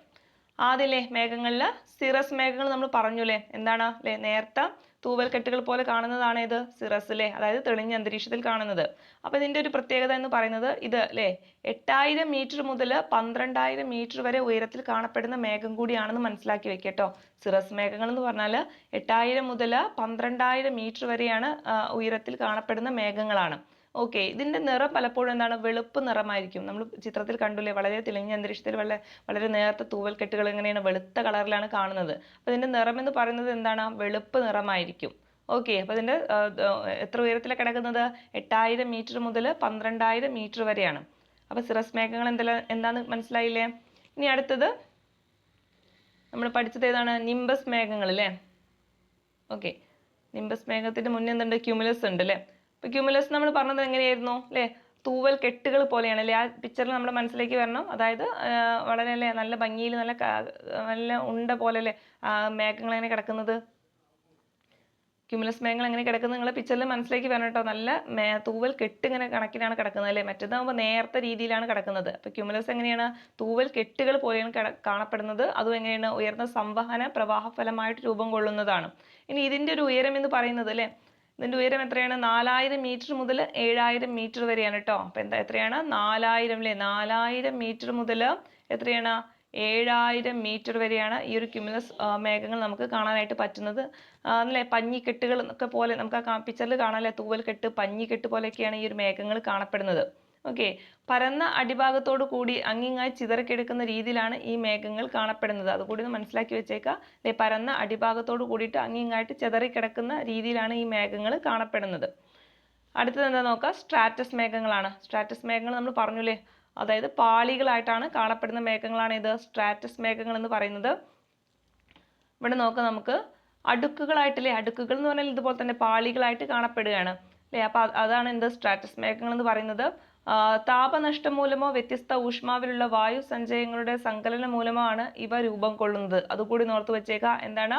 താപനഷ്ടം മൂലമോ അല്ലെങ്കിൽ വ്യത്യസ്ത ഊഷ്മാവിലുള്ള വായു സഞ്ചയങ്ങളുടെ സങ്കലനം മൂലമോ ആണ് ഇവ രൂപം കൊള്ളുന്നത്. ഏത്? സ്ട്രാറ്റസ് മേഘങ്ങൾ. Okay, then last one nimbus മേഘങ്ങളാണ്. നിംബസ് മേഘങ്ങൾ എന്താണ് നമ്മൾ പറഞ്ഞിട്ടുണ്ടല്ലേ, അതായത് മഴമേഘങ്ങളാണ് അല്ലേ. അതായത് ചാര നിറത്തിൽ ഇരുണ്ട നിറത്തിൽ കാണപ്പെടുന്ന മേഘങ്ങളാണ്. ഇവ എന്ത് ചെയ്യുന്നില്ല? സൂര്യപ്രകാശത്തേക്ക് കടത്തിവിടുന്നില്ല അല്ലേ. മഴ പെയ്യാൻ നേരത്തേക്ക് നമ്മൾ കാണപ്പെടുന്ന ആ മേഘമാണ് നിംബസ്. സ്ഥിരം ചോദ്യമാണ് കേട്ടോ നിംബസ് മേഘങ്ങളെ കുറിച്ചിട്ട്. അപ്പം അതും കൂടി ഒന്ന് ഓർത്ത് വെച്ചേക്കുക. ഇനി നമുക്ക് ഒന്നും കൂടി ഈ ഒരു മേഘങ്ങളെ ഒന്നും കൂടി ക്ലാസിഫൈ ചെയ്യുന്നുണ്ട്. അതായത് ഉന്നതല മേഘങ്ങൾ, അതുപോലെ തന്നെ മധ്യതല മേഘങ്ങൾ, പിന്നെ എന്ത് ചെയ്യുന്നുണ്ട്? താഴ്ന്ന തല മേഘങ്ങൾ, അതുപോലെ തന്നെ വിശാല ലംബതല വികാസമുള്ള മേഘങ്ങൾ എന്ന് പറഞ്ഞിട്ട് കൊടുത്തിട്ടുണ്ട്. അപ്പം ഇതൊന്നും ചോദിച്ച് കണ്ടിട്ടില്ല. എന്നിരുന്നാലും ഇനി എങ്ങാനും ഒരു ഡിഗ്രി ലെവൽ ക്വസ്റ്റ്യൻസിലൊക്കെ ചോദിച്ചു കഴിഞ്ഞാൽ നമുക്ക് ആ ഒരു മാർക്ക് നഷ്ടപ്പെടാൻ പാടില്ല. അപ്പം അത് ഏതെല്ലാം ആണെന്ന് ഒന്ന് മനസ്സിലാക്കി വെക്കുക. ഉന്നതതല മേഘങ്ങൾ എന്ന് പറയുന്നത് ഏതൊക്കെയാണ്? സിറസ് ഉണ്ട്, അതുപോലെ സിറോ സ്ട്രാറ്റസ് ഉണ്ട്, അതുപോലെ തന്നെ സിറോ ക്യുമുലസ് ഉണ്ട് അല്ലേ. നമുക്ക് പഠിക്കാൻ എളുപ്പമാണ്. സിറോ വെച്ചിട്ട് വരുന്ന വാക്കുകളൊക്കെ എന്താണ്? ഉയർന്ന തല മേഘങ്ങളാണ്.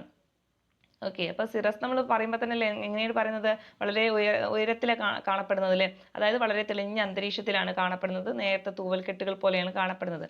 അപ്പൊ ഉന്നതതല മേഘങ്ങൾ എന്ന് പറയുന്നത് ഏതിനെയാണ്? ഈ ഒരു സിറസ് മേഘങ്ങളെ തന്നെയാണ് അല്ലേ. അപ്പൊ അതിൽ സിറസ് ഉണ്ട്, സിറോ സ്ട്രാറ്റസ് ഉണ്ട്, സിറോ ക്യുമുലസ് ഉണ്ട്. ക്ലിയർ അല്ലേ? അതാണ് ഉന്നതതല മേഘങ്ങൾ എന്ന് പറയുന്നത്. ഇനി അടുത്തതാണ് ഏത്? മധ്യതല മേഘങ്ങൾ എന്ന് പറയുന്നത്. മധ്യതല മേഘങ്ങളിൽ വരുന്നതാണ് ഏത്? ആൾട്ടോ സ്ട്രാറ്റസ്, അതുപോലെ തന്നെ ആൾട്ടോ ക്യുമുലസ്. ഓക്കെ, ഏതാണ്? ആൾട്ടോ വെച്ച് വരുന്ന വാക്കുകൾ മധ്യതലത്തിലാണ് വരുന്നത്. ഏതൊക്കെയാണ് അത്? ആൾട്ടോ സ്ട്രാറ്റസ് ഉണ്ട്, അതുപോലെ തന്നെ ആൾട്ടോ ക്യുമുലസ്. അതൊക്കെ ഏതാണ്? മധ്യതല മേഘങ്ങളാണ്. ദെൻ താഴ്ന്ന തല മേഘങ്ങൾ അല്ലേ. താഴ്ന്ന തല മേഘങ്ങൾ ഏതൊക്കെയാണ്? സ്ട്രാറ്റോ ക്യുമുലസ്. ഓക്കെ, ഏതാണ്? സ്ട്രാറ്റോ ആണ് കേട്ടോ. അപ്പൊ സ്ട്രാറ്റോ ക്യുമുലസ്, നിംബോ സ്ട്രാറ്റസ്, അതൊക്കെ എന്താണ്? താഴ്ന്ന തല മേഘങ്ങളാണ്. ദെൻ ലാസ്റ്റ് വണ്ണാണ് വിശാല ലംബതല വികാസമുള്ള മേഘങ്ങൾ. അത് ഏതൊക്കെയാണ്? ക്യുമുലസ്, ക്യുമുലോ നിംബസ് അല്ലെ. ക്യുമുലസുമായി ബന്ധപ്പെട്ട് വരുന്ന മേഘങ്ങളാണ് ഇതിൽ ഏറ്റവും താഴെയുള്ള വിശാല ലംബതല വികാസമുള്ള മേഘങ്ങൾ എന്നൊരു ഭാഗത്ത് വരുന്നത്. ഓക്കെ, ഒന്നുകൂടി പറയാം. ഏറ്റവും ഉന്നതതല മേഘങ്ങൾ ഏതൊക്കെയാണെന്ന് ചോദിച്ചാൽ ഇതാണ് സിറസുമായി ബന്ധപ്പെട്ടിട്ട് വരുന്ന cirrus, Syro Stratus, Syro cumulus ആണ്. രണ്ടാമത് മധ്യതല മേഘങ്ങൾ എന്ന് പറയുന്നത് ഏതാണ്? ആൾട്ടോ സ്ട്രാറ്റസ്, അതുപോലെ തന്നെ ആൾട്ടോ ക്യുമുലസ് ആണ്. അടുത്തത് താഴ്ന്ന തല മേഘങ്ങളാണ്. അത് ഏതൊക്കെയാണ്? സ്ട്രാറ്റോ ക്യുമുലസ്, നിംബോ സ്ട്രാറ്റസ് ആണ്. അവസാനത്തതാണ് ഇത് വിശാല ലംബതല വികാസമുള്ള മേഘങ്ങൾ. അത് ഏതൊക്കെയാണ്?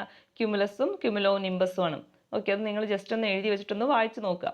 ഓക്കെ, അപ്പോൾ ഇത് അത്ര അങ്ങനെ ചോദിച്ച് കണ്ടിട്ടില്ല. എന്നിരുന്നാലും നമുക്ക് ഈ മേഘങ്ങൾ വളരെ ഇമ്പോർട്ടൻ്റ് ആണ്, പലപ്പോഴും ചോദിക്കുന്നതാണ്. അപ്പോൾ ഇനി നമുക്ക് ഡിഗ്രി ലെവൽ അല്ലെങ്കിൽ 10th ലെവൽ തന്നെ പലപ്പോഴും സ്റ്റേറ്റ്മെൻറ്റിലൊക്കെ ചോദിച്ച് കണ്ടേക്കാം. അപ്പോൾ നമുക്ക് ഒരു മാർക്കും എന്ത് ചെയ്യണ്ട, നമ്മുടെ കയ്യിൽ നിന്ന് പോകണ്ട. അപ്പോൾ ആ രീതിയിൽ നിങ്ങൾ എന്ത് ചെയ്യാം, ഒന്ന് മനസ്സിലാക്കിയിട്ട് പഠിക്കാനായിട്ട് ശ്രമിക്കുക. ക്ലിയർ അല്ലേ? ഇനി നമുക്കിവിടെ ഇതുമായി ബന്ധപ്പെട്ടിട്ട്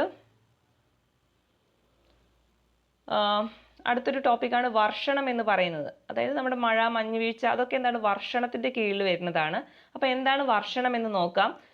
തുടർച്ചയായിട്ട് നടക്കുന്ന ഘനീകരണം മേഘങ്ങളിലെ ജലകണികകളുടെ വലിപ്പം കൂട്ടുന്നു. നമ്മൾ പറഞ്ഞില്ലേ ഘനീകരണം എന്താണെന്ന് നമ്മൾ പറഞ്ഞില്ലേ. അതായത് എന്ത് ചെയ്യുന്നുണ്ട്? ബാഷ്പീകരണത്തിലൂടെ അന്തരീക്ഷത്തിലെത്തുന്ന നീരാവി എന്താവുക? ജലകണികകളായിട്ട് മാറുക അല്ലെ. അതാണ് എന്ത്? ഘനീകരണം എന്ന് പറയുന്നത്. ഇങ്ങനെ ഈ മേഘങ്ങൾ എന്ത് ചെയ്യുന്ന? ഇങ്ങനെ തുടർച്ചയായിട്ട് ഘനീകരണം നടക്കുന്ന സമയത്ത് മേഘങ്ങളിലുള്ള ഈ ജലകണികകളുടെ വലിപ്പം കൂടും അല്ലെ. അതായത് ഇങ്ങനെ തുടർച്ചയായിട്ട് ഇങ്ങനെ ഘനീകരണം നടക്കുകയാണ്. അപ്പം എന്ത് ചെയ്യും? ഈ മേഘങ്ങളിലുള്ള ജലകണികകളുടെ വലിപ്പം കൂടും. ആ വലിപ്പം കൂടി കഴിഞ്ഞാൽ അവയ്ക്ക് അവിടെ നിൽക്കാൻ പറ്റൂല അല്ലേ, അവ നേരെ എന്ത് ചെയ്യുന്നു, താഴത്തോട്ട് പതിക്കുന്നു. ആ പതിക്കുന്നതിനെയാണ് എന്ത് പറയുന്നത്, വർഷണം എന്ന് പറയുന്നത്. അതെങ്ങനെയൊക്കെ പതിക്കാം അല്ലേ, ഒന്നുകിൽ മഴയായിട്ട് പതിക്കാം, അല്ലെങ്കിൽ എന്താണ് ആലിപ്പഴം പോലെ പതിക്കാം, അല്ലെങ്കിൽ എന്താണ് മഞ്ഞ് വീഴ്ച അല്ലേ, ഇതൊക്കെ എന്താണ് വർഷണങ്ങളാണ്. അത് മനസ്സിലാക്കി വയ്ക്കുക. വർഷണത്തിന്റെ രൂപങ്ങൾ ഏതൊക്കെയാണ്, മഴയുണ്ട്, അതുപോലെ തന്നെ ഇതുണ്ട് ആലിപ്പഴമുണ്ട്, മഞ്ഞ് വീഴ്ചയുണ്ട്. അപ്പൊ നമുക്കത് ഓരോന്ന് നോക്കാം. ഓക്കെ, നിങ്ങൾക്ക് പിക്ചർ കണ്ടാൽ മനസ്സിലാവൂലേ, ഇതാണ് മഞ്ഞ് വീഴ്ച. വളരെ നേർത്ത കണങ്ങളായിട്ട് ഇങ്ങനെ പെയ്തുകൊണ്ടിരിക്കല്ലേ. നമ്മൾ ഈ ധ്രുവപ്രദേശങ്ങളിലൊക്കെ പോയി കഴിഞ്ഞാൽ നമുക്ക് മനസ്സിലാവും, ഇങ്ങനെ മഞ്ഞ് വീഴ്ച സ്ഥിരമായിട്ട് കാണാൻ പറ്റൂലേ. അതായത് അവിടെ വളരെ നേർത്ത ഹിമകണങ്ങൾ ഇങ്ങനെ പെയ്തുകൊണ്ടിരിക്കുകയാണ്. ഇനി ആലിപ്പഴം വീഴ്ച എന്നാൽ കുറച്ചും കൂടി വലിപ്പമുള്ള കണങ്ങളായിരിക്കും. അതായത് നിങ്ങൾ കയ്യിൽ ഇവിടെ ഒരാൾ കയ്യിൽ പിടിച്ചിരിക്കുന്നത് കണ്ടില്ലേ, ഇതാണ് ആലിപ്പഴം എന്ന് പറയുന്നത്. ഓക്കെ, അപ്പൊ നമുക്കത് ഓരോന്ന് എന്താണെന്ന് നോക്കാം. ആദ്യം നമ്മൾ മഴ അല്ലേ, നമുക്ക് മഴ എന്താണെന്ന് അറിയാലേ, അതായത് ജലത്തുള്ളികളായിട്ടാണ് അത് വീഴുന്നത് അല്ലേ. അതായത് മേഘങ്ങളിൽ നിന്ന് ജലത്തുള്ളികളായിട്ട് വീഴുന്നതാണ് എന്ത്, മഴ എന്ന് പറയുന്നത്. ഇനി മഞ്ഞ് വീഴ്ച എന്ന് പറഞ്ഞാൽ എങ്ങനെയാണ്, അന്തരീക്ഷ താപനില എന്ത് ചെയ്യുന്നുണ്ട്, 0°C താഴെ ആയിരിക്കുന്ന സമയത്ത് അതെന്ത് ചെയ്യുന്നു, ജലത്തുള്ളികൾക്ക് പകരം എന്ത് ചെയ്യുന്ന ഹിമകണങ്ങളായിട്ടാണ് ഭൂമിയിലേക്ക് പതിക്കുന്നത് അല്ലേ. അതാണ് എന്ത്, മഞ്ഞ് വീഴ്ച എന്ന് പറയുന്നത്. ഓക്കെ, അപ്പൊ എങ്ങനെയായിരിക്കണം, അന്തരീക്ഷ താപനില 0°C കുറവായിരിക്കണം. ആ സമയത്ത് താഴത്തോട്ടല്ലേ പതിക്കുന്നത്, എങ്ങനെയാണ്, മഞ്ഞല്ലേ, മഞ്ഞിന്റെ കണങ്ങളായിട്ടാണ് പതിക്കുന്നത്. ദെൻ അടുത്തത് ആലിപ്പഴം വീഴ്ചയാണ്. ആലിപ്പഴം എന്ന് പറഞ്ഞു കഴിഞ്ഞാൽ ഇങ്ങനെ ചെറിയ രീതിയിലായിരിക്കും, കുറച്ച് വലുപ്പത്തിലുള്ള മഞ്ഞ് കട്ടകളായിട്ടായിരിക്കും ഇത് എന്ത് ചെയ്യുക, ഭൂമിയിലേക്ക് പതിക്കുക. അതാണ് എന്ത്, ആലിപ്പഴം എന്ന് പറയുന്നത്. ഓക്കെ, അതായത് ചെറിയ നേർത്ത കണങ്ങളാവില്ല, കുറച്ചൊരു വലുപ്പം ഉണ്ടായിരിക്കും. നിങ്ങൾ ഈ പിക്ചറിൽ കണ്ട പോലെ ഇതാണ് ആലിപ്പഴം. ഓക്കെ, അതായത് കുറച്ച് വലുപ്പമുള്ള മഞ്ഞ് കട്ടകൾ ഉണ്ടല്ലോ, അതിനെയാണ് എന്ത് പറയുന്നത്, ആലിപ്പഴം എന്ന് പറയുന്നത്. എന്നാൽ സാധാരണ മഞ്ഞ് വീഴ്ച എന്ന് പറഞ്ഞാൽ എന്താണ്, വളരെ നേർത്ത ഹിമക്കണങ്ങൾ ഇങ്ങനെ പെയ്തുകൊണ്ടിരിക്കുകയാണ്. അപ്പൊ അതൊക്കെ എന്താന്ന് ക്ലിയർ ആയിട്ട് മനസ്സിലാക്കി വെക്കുക കേട്ടോ. ഇനി അടുത്തൊരു ഭാഗത്തിലോട്ട് പോകാം. അടുത്തത് വളരെ ഇമ്പോർട്ടൻ്റ് ആണ്, മഴകളെ പറ്റിയിട്ട് ചോദിക്കാറുണ്ട്. ഓക്കെ, അതായത് നമ്മുടെ പർവ്വതവൃഷ്ടി, ശൈലവൃഷ്ടി, അതുപോലെ തന്നെ സംവഹന മഴ, അത് സ്ഥിരം ക്വസ്റ്റ്യൻ ആണ്. അപ്പൊ അതെന്താണെന്ന് നമുക്ക് ക്ലിയർ ആയിട്ട് പഠിച്ചു പോവാം. ആദ്യം നമുക്ക് എന്ത് ചെയ്യാം, പർവ്വതവൃഷ്ടി എന്താണെന്ന് നോക്കാം. ഓക്കെ, അപ്പൊ ഈ പർവ്വതവൃഷ്ടി പഠിക്കുന്നതിന് മുമ്പ് നിങ്ങൾക്ക് ഈ പിക്ചർ ഒന്ന് നിങ്ങളുടെ മനസ്സിലേക്ക് കൊണ്ടുവരാം കേട്ടോ. ഇവിടെ നിന്ന് ഇങ്ങനെ കാറ്റ് പോയിട്ട് ഇവിടേക്ക് വന്നിട്ട് എന്ത് ചെയ്യുന്നുണ്ട്, ഇവിടെ മേഘം രൂപീകരിച്ചിട്ട് ഇവിടുന്ന് മഴ പെയ്യുന്നുണ്ട്. അപ്പൊ ഇതൊന്ന് മനസ്സിലേക്ക് കൊണ്ടുവരാം, എന്നിട്ട് നമുക്കത് വായിക്കാം. അതായത് കടലിൽ നിന്ന് നീരാവി നിറഞ്ഞ കാറ്റ് എന്ത് ചെയ്യുന്നുണ്ട്, കരയിലേക്ക് നീങ്ങുക അല്ലെ. അതായത് ഇവിടെ നിങ്ങൾക്ക് പിക്ചർ കണ്ടാൽ മനസ്സിലാവില്ലേ, ഇത് കടലിൽ നിന്നിട്ട് എന്ത് ചെയ്യുന്നു, ഈ നീരാവി നിറഞ്ഞ കാറ്റ് ഇങ്ങനെ കരയിലേക്ക് കടന്നിട്ട് എങ്ങോട്ടാ പോകുന്നത്, പർവ്വത ചെരുവുകളിലൂടെ ഉയർന്നിട്ട് എങ്ങോട്ട് പോകുന്നു അല്ലെ, ഇതിന്റെ മുകളിലോട്ട് എത്തുന്നു അല്ലെ. അതിനുശേഷം അവിടെ വെച്ചിട്ട് എന്ത് ചെയ്യുന്നു, അവിടെ അത് മേഘരൂപമായിട്ട് പിന്നീട് എന്താ ചെയ്യുന്നത്, അവിടെ മഴ പെയ്യാണ് ചെയ്യുന്നത്. അപ്പൊ ഇങ്ങനെ മഴ പെയ്യുന്ന സമയത്ത് അതിന്റെ അപ്പുറത്തേക്ക് എന്ത് ചെയ്യുന്നില്ല, മഴ കിട്ടുന്നില്ല അല്ലേ. അതായത് മേഘത്തിന്റെ ഈ ഒരു പർവ്വതത്തിന്റെ മറു സൈഡിലേക്ക് എന്തില്ല, മഴ കിട്ടുന്നില്ല. ആ ഒരു മറു സൈഡിനെയാണ് എന്താന്ന് പറയാറ്, മഴനിഴൽ പ്രദേശം എന്ന് പറയാറ്. ഓക്കെ, അപ്പൊ മഴ എവിടെ ലഭിക്കുന്നത്, ഈ പർവ്വതത്തിന് നേരെ അഭിമുഖമായിരിക്കുന്ന ഒരു പ്രദേശത്താണ് മഴ ലഭിക്കുന്നത് അല്ലെ. അപ്പൊ ഇതിനെയാണ് എന്ത് പറയുന്നത്, പർവ്വത വൃഷ്ടി എന്ന് പറയുന്നത്. അതിനപ്പുറത്തേക്ക് എന്ത് കിട്ടില്ല, മഴ കിട്ടുന്നില്ല. അവിടെ എന്താണ്, മഴനിഴൽ പ്രദേശം എന്നാണ് പറയാം. ഇനി ഈ ഒരു പർവ്വതവൃഷ്ടിയുടെ മറ്റൊരു പേരാണ് എന്താ, ശൈലവൃഷ്ടി എന്ന് പറയുന്നത്. ഓക്കെ, അപ്പൊ പർവ്വതവൃഷ്ടിയുടെ മറ്റൊരു പേരാണ് എന്താ, ശൈലവൃഷ്ടി എന്ന് പറയുന്നത്. ക്ലിയർ അല്ലേ. അപ്പൊ എന്താണ് ശൈലവൃഷ്ടി എന്ന് പറഞ്ഞാൽ ഒന്നുകൂടി പറയാം. അതായത് കടലിൽ നിന്ന് എന്ത് ചെയ്യുന്നുണ്ട്, നീരാവി നിറഞ്ഞ കാറ്റ് ഇങ്ങനെ പോയിട്ട് എങ്ങോട്ടേക്ക് പോകുന്നു, കരയിലേക്ക് പോയിട്ട് അതങ്ങ് പർവ്വത ചെരുവികളിലൂടെ മുകളിലോട്ട് എത്തിയിട്ട് എന്ത് ചെയ്യുന്നു, അത് മേഘമായിട്ട് രൂപം കൊള്ളുകയും അവിടെ നിന്ന് തന്നെ എന്ത് ചെയ്യുന്നു, മഴ പെയ്യുകയാണ് ചെയ്യുന്നത്. അതിനല്ലേ മേഘത്തിനല്ല പർവ്വതത്തിന് അപ്പുറത്തേക്ക് എന്ത് ചെയ്യുന്നില്ല, മഴ കിട്ടുന്നില്ല അല്ലേ. അവിടെ എന്തായി, ഒരു മഴനിഴൽ പ്രദേശമായി. ഈ ഒരു ഭാഗത്തെയാണ് എന്ത് പറയുന്നത്, ഈ ഒരു മഴയെയാണ് എന്ത് പറയുന്നത്, ശൈലവൃഷ്ടി അഥവാ പർവ്വതവൃഷ്ടി എന്ന് പറയുന്നത്. ക്ലിയർ അല്ലേ. അടുത്ത ഒന്നാണ് സംവഹന വൃഷ്ടി അല്ലേ, അല്ലെങ്കിൽ സംവഹന മഴ എന്ന് ചോദിക്കാറുണ്ട്. ഇത് പലപ്പോഴും ഇപ്പൊ ലേറ്റസ്റ്റ് ആയിട്ടൊരു ചോദ്യം ചോദിച്ചിട്ടുണ്ട്, മധ്യരേഖ കാലാവസ്ഥയിലൊക്കെ പെയ്യുന്ന മഴ ഏതാന്ന് ചോദിക്കാറുണ്ട്. അതേതാണ്, സംവഹന മഴയാണ് കേട്ടോ. അപ്പൊ ഇതെങ്ങനെയാണ്, നമുക്കറിയില്ലേ, മധ്യരേഖ കാലാവസ്ഥയുടെ പ്രത്യേകത എന്താണ്, അവിടെ ഉയർന്ന താപനില ആയിരിക്കും അല്ലേ. അതായത് മധ്യരേഖ പ്രദേശങ്ങളിലൊക്കെ എന്താണ്, ഉയർന്ന താപനിലയാണ്. അതുപോലെ തന്നെ എന്താണ്, എല്ലാ ദിവസവും ഉച്ച തിരിഞ്ഞ് എന്തുണ്ടായിരിക്കും, മഴയും ഉണ്ടായിരിക്കും. ഓക്കെ, അപ്പൊ മധ്യരേഖ കാലാവസ്ഥയുടെ പ്രത്യേകത എന്താണ്, നല്ല ചൂടായിരിക്കും അല്ലേ, നല്ല ചൂടായിരിക്കും. അതുപോലെ തന്നെ ഉച്ചയ്ക്ക് ശേഷം എന്ത് ചെയ്യുന്നുണ്ട്, മഴയും വരുന്നുണ്ട്. അപ്പൊ ഇതുപോലെ തന്നെ നമുക്ക് പിക്ചർ കണ്ടാൽ മനസ്സിലാകും. ഇതുപോലെ ഉയർന്ന താപം ഏറ്റിട്ട് എന്ത് ചെയ്യുന്നു, വായു ചൂടായിട്ട് വികസിച്ചിട്ട് മുകളിലോട്ട് പോകുന്നു അല്ലേ. അതായത് നമുക്കറിയാലേ, നമ്മുടെ ഭൗമോപരിതലം ചൂട് പിടിച്ചു കഴിഞ്ഞല്ലേ, ആ ചൂട് പിടിച്ച വായു എന്ത് ചെയ്യുന്നു, മുകളിലോട്ട് പോകൂലേ. ആ മുകളിലോട്ട് പോയിട്ട് അതെന്ത് ചെയ്യുന്നു, മേഘമായിട്ട് രൂപം കൊള്ളുകയും അതിനുശേഷം എന്ത് ചെയ്യുന്നു, മഴ പെയ്യാണ് ചെയ്യുന്നത്. അപ്പോൾ ഇങ്ങനെ അന്തരീക്ഷ താപത്താൽ വികസിച്ച് മുകളിലേക്ക് ഉയരുന്ന വായു തണുത്തിട്ട് എന്ത് ചെയ്യുന്നു, ഘനീഭവിച്ച് ക്യുമുലസ് മേഘങ്ങൾ, വളരെ ഇമ്പോർട്ടൻ്റ് ആണ്, ഈ ഒരു സംവഹന മഴയ്ക്കില്ലേ നമ്മൾ പറഞ്ഞില്ലേ ക്യുമുലസ് മേഘങ്ങളെ കുറിച്ച് പറയുമ്പോൾ നമ്മൾ പറഞ്ഞിട്ടുണ്ടായിരുന്നില്ലേ സംവഹന പ്രവാഹ ഫലമായിട്ട് രൂപം കൊള്ളുന്ന മേഘങ്ങളാണ് ക്യുമുലസ് മേഘങ്ങൾ എന്നൊക്കെ പറഞ്ഞിട്ടില്ലേ. അപ്പോൾ അല്ലേ ഇതും അത് ശ്രദ്ധിച്ചു വെച്ചേക്കുക. എന്താണ് അന്തരീക്ഷ താപത്താൽ വികസിച്ചിട്ട് മുകളിലേക്ക് ഉയരുന്ന വായു തണുത്ത് ഘനീഭവിച്ച് എന്ത് മേഘമാണ് രൂപം കൊള്ളുന്നത്? ക്യുമുലസ് മേഘങ്ങളായിട്ടാണ് രൂപം കൊള്ളുന്നത്. അതിനുശേഷം തുടർന്ന് എന്താ ഉണ്ടാവുന്നത്? ഇടിമിന്നലോട് കൂടിയിട്ടുള്ള മഴ ഉണ്ടാവുകയാണ് ചെയ്യുന്നത്. ഓക്കെ, അപ്പോൾ പകൽ സമയത്തല്ലേ, പകൽ സമയത്ത് ഉച്ചവരെയൊക്കെ ഭയങ്കര ചൂടായിരിക്കും. അതിനുശേഷം എന്താണ് അല്ലെ ഉച്ചയ്ക്ക് ശേഷം നല്ല മഴയായിരിക്കും. ഇതാണ് മധ്യരേഖാ പ്രദേശങ്ങളുടെ ഒരു പ്രത്യേകത എന്ന് പറയുന്നത് അല്ലേ. അപ്പൊ മധ്യരേഖാ പ്രദേശത്ത് എന്താണ് ഉയർന്ന ചൂടായിരിക്കുമല്ലോ. അപ്പൊ ഈ ചൂട് പിടിച്ച വായു എന്താ ചെയ്യുന്നത് അല്ലെ മുകളിലോട്ട് ഉയരുകയും അത് മേഘമായിട്ട് രൂപീകരിച്ചിട്ട് എന്താവും? ഏത് മേഘമാണ്? ക്യുമുലസ് മേഘങ്ങൾ. അതെന്താവുന്നു? പിന്നീട് മഴയായിട്ട് അല്ലെ ഇടിമിന്നലോട് കൂടിയിട്ടുള്ള മഴയായിട്ട് രൂപം കൊള്ളുകയാണ് ചെയ്യുന്നത്. ഇതാണ് എന്ത്? സംവഹന മഴ എന്ന് പറയുന്നത് അല്ലെ. ഉച്ചയ്ക്ക് ശേഷമാണ് ഈ ഒരു മഴ ഉണ്ടാവുന്നത് കേട്ടോ. അതും ചോദിക്കാറുണ്ട്. ഉച്ചയ്ക്ക് ശേഷമാണ് ഈ ഒരു മഴ ഉണ്ടാവുന്നത്. ഈ മഴയാണ് എന്ത് പറയുന്നത്? സംവഹന മഴ എന്ന് പറയുന്നത്. ഓക്കെ, ഇതെന്താണ്? ഉഷ്ണമേഖലയിലെ ഒരു സാധാരണ ഉഷ്ണകാല പ്രതിഭാസമാണ് കേട്ടോ. ഇതൊരു പ്രാവശ്യം ചോദിച്ചിട്ടുള്ളതാണ്. ഉഷ്ണമേഖലയിൽ പെയ്യുന്ന ഈ മഴയെ പറ്റിയിട്ട് ചോദിച്ചിട്ടുണ്ട്. അപ്പൊ അതേതാണ്? സംവഹന മഴയാണ്. അപ്പൊ അതുമായി ബന്ധപ്പെട്ട മേഘം ഏതാണ്? ക്യുമുലസ് മേഘമാണ്. അതും കൂടി ഓർത്ത് വെച്ചേക്കുക. ഇനി അടുത്തതാണ് തീരദേശ മഴ അല്ലെ. തീരദേശ മഴ എന്താണെന്ന് കൂടി നോക്കാം. കരയ്ക്കും കടലിനും മുകളിലുള്ള അന്തരീക്ഷ താപനില എന്താണ്? വ്യത്യസ്തമാണ് അല്ലെ. നമുക്കറിയില്ലേ കടലിന് മുകളിലുള്ള അന്തരീക്ഷം അല്ലെങ്കിൽ താപനില ആയിരിക്കില്ല കരയ്ക്ക് മുകളിലുള്ളത് അല്ലെ. അപ്പോൾ ഇവ തമ്മിൽ എന്തായിരിക്കും? വ്യത്യസ്തമായിരിക്കും. കടലിൽ നിന്നുള്ള വായു തീരദേശങ്ങളിലേക്ക് വെച്ച് കരയിലെ വായുമായിട്ട് കൂട്ടിമുട്ടാൻ ഇടയാവുകയും ഉഷ്ണവായു എന്ത് ചെയ്യുന്നു? അതില് മുകളിലോട്ട് പോവുകയും അതിനുശേഷം എന്ത് ചെയ്യുന്നു? അത് മേഘ രൂപീകരിച്ചിട്ട് അവിടെ മഴ പെയ്യുകയാണ് ചെയ്യുന്നത്. ആ മഴയാണ് എന്ത് പറയുന്നത്? തീരദേശ മഴ എന്ന് പറയുന്നത്. ക്ലിയർ അല്ലേ? ഒന്നുകൂടി പറഞ്ഞു തരാം. അതായത് കരയ്ക്കും കടലിനും എന്തല്ല ഒരേ താപനില അല്ലല്ലേ. അപ്പൊ ഇവരെന്ത് ചെയ്യുന്നു? ഈ കടലിൽ നിന്നുള്ള വായു എന്ത് ചെയ്യുന്നു? മുകളിലൂടെ അത് ചൂട് പിടിച്ച വായു മുകളിലോട്ട് ഉയർന്ന് ഇങ്ങനെ പോകുന്ന സമയത്ത് കരയിലെ വായുമായി തമ്മിൽ കൂട്ടിമുട്ടു അല്ലേ. അതിനുശേഷം എന്ത് ചെയ്യുന്നു? ഉഷ്ണവായു അല്ലേ, അതായത് ഉയർന്ന താപമുള്ള വായു എന്ത് ചെയ്യുന്നു? മുകളിലോട്ട് പോയിട്ട് അത് അവിടെ ഒരു മേഘമായിട്ട് രൂപീകരിക്കുകയും അതെന്താവും? മഴയായിട്ട് പെയ്യുകയാണ് ചെയ്യുന്നത് അല്ലേ. ആ മഴയാണ് എന്താ? തീരദേശ മഴ എന്ന് പറയുന്നത്. ക്ലിയർ അല്ലേ? മഴകളുമായി ബന്ധപ്പെട്ട കാര്യങ്ങളൊക്കെ ക്ലിയർ അല്ലേ? ഓക്കെ, ഈ ഒരു ഭാഗത്ത് നിന്ന് ഇത്രയും മാത്രമേ ചോദിക്കാറുള്ളൂ. ഇനി നമുക്ക് അടുത്തൊരു പ്രധാനപ്പെട്ട ഒരു ഭാഗത്തിലോട്ടാണ് പോകുന്നത്. അതായത് നമ്മുടെ ഇതുമായി ബന്ധപ്പെട്ട ഒരു ഭാഗമല്ല, വളരെ വ്യത്യസ്തമായിട്ടുള്ള ഒരു ഭാഗമാണ്. നമ്മുടെ ഭൂമിയുടെ പാളികളെ കുറിച്ചിട്ടൊക്കെ നമ്മൾ പഠിച്ചിട്ടുണ്ടായിരുന്നു അല്ലേ. ഭൂവൽക്കം, മാൻറ്റില്, അതുപോലെ തന്നെ കാമ്പ് എന്നൊക്കെ പറഞ്ഞിട്ട് പഠിച്ചിട്ടുണ്ടായിരുന്നു. അപ്പൊ അതുമായി ബന്ധപ്പെട്ടിട്ട് നമുക്ക് പഠിച്ചിരിക്കേണ്ട വളരെ പ്രധാനപ്പെട്ട ഒരു ടോപ്പിക്കാണ് ശിലാമണ്ഡല ഫലകങ്ങളെ പറ്റിയിട്ട്. ഓക്കെ, ഈ സംയോജക സീമ, ഛേദക സീമ, വിയോജക സീമ ഒക്കെ ചോദിക്കാറുണ്ട്. ഒരു പ്രാവശ്യം ചോദിച്ചിട്ടുണ്ട്. അപ്പോൾ അതും വളരെ ഇമ്പോർട്ടൻ്റ് ആണ്. ഇതിൽ നിന്ന് തന്നെ ഒരുപാട് ക്വസ്റ്റ്യൻസ് ഒക്കെ പല പരീക്ഷകൾക്കായിട്ട് ചോദിച്ചിട്ടുണ്ട്. പലപ്പോഴും ഡിഗ്രി ലെവലിലൊക്കെ വരുന്ന ക്വസ്റ്റ്യൻസ് ഈ ഒരു ഭാഗത്തു നിന്ന് ചോദിക്കാറുണ്ട്. അപ്പോൾ വളരെ ഇമ്പോർട്ടൻ്റ് ആണ്. നമുക്ക് എന്ത് ചെയ്യാം? ആ ഒരു ഭാഗം കൂടി എന്ത് ചെയ്യാം? പഠിച്ചു പോകാം. അപ്പൊ നമുക്ക് ശിലാമണ്ഡല ഫലകങ്ങളിലെ അപ്പൊ അതിന് മുന്നേ നമുക്കറിയാലേ എന്താണ് ശിലാമണ്ഡലം എന്ന് നമുക്കറിയാലേ. നമ്മൾ ഓൾറെഡി ആ ഭൂമിയുടെ ഘടന പഠിച്ച സമയത്ത് പഠിച്ചിട്ടുണ്ടായിരുന്നില്ലേ. ശിലാമണ്ഡലം എന്ന് പറയുന്നത് എന്തിനെയാണ്? അതായത് ലീത്തോസ്ഫിയർ അല്ലേ. ലീത്തോസ്ഫിയറിന് താഴെയാണ് അസ്തനോസ്ഫിയർ എന്നൊക്കെ നമ്മൾ പഠിച്ചിട്ടുണ്ടല്ലേ. മറന്നു പോയിട്ടില്ലെന്ന് വിശ്വസിക്കുന്നു. അപ്പോൾ ശിലാമണ്ഡലം അഥവാ ലീത്തോസ്ഫിയർ എന്ന് പറഞ്ഞാൽ ഏത് ഭാഗത്തിനെയാണ്? നമ്മുടെ ഭൂവൽക്കവും മാന്റിലിന്റെ മുകൾ ഭാഗവും അല്ലെ. മാന്റിലിന്റെ മുകൾ ഭാഗം എന്ന് പറഞ്ഞാൽ ഏതാണ്? ഉപരി മാന്റിൽ അല്ലെ. അതായത് ഭൂവൽക്കം എന്ന് പറഞ്ഞാൽ ഏതാണ്? ഭൂമിയുടെ ഏറ്റവും പുറമേയുള്ള പാളിയാണ് അല്ലെ ഭൂവൽക്കം എന്ന് പറയുന്നത്.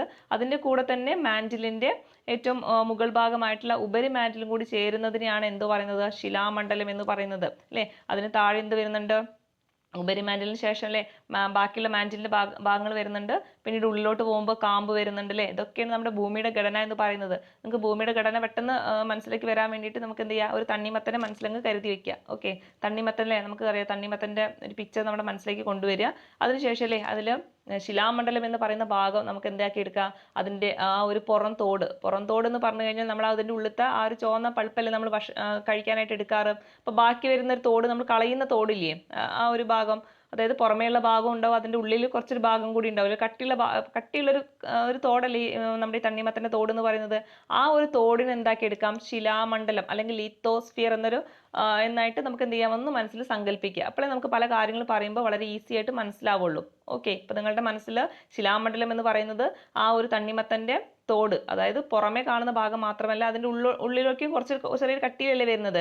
ബാക്കിയുള്ള ചുവന്ന ഭാഗം മാത്രമല്ലേ നമ്മൾ കഴിക്കുള്ളൂ. അപ്പൊ ആ കട്ടി വരുന്ന വരെയുള്ള ഒരു തോടുണ്ടല്ലോ, അതാണ് ശിലാമണ്ഡലം എന്ന് മനസ്സിലാക്കുക. അതായത് നമ്മുടെ ഭൂവൽക്കവും അതെന്ത് ചെയ്യുന്നുണ്ട്? മാന്റിലിന്റെ കുറച്ച് മുകൾ ഭാഗവും അല്ലെ, അത് ചേർന്നതാണ് എന്താ? ശിലാമണ്ഡലം എന്ന് പറയുന്നത്.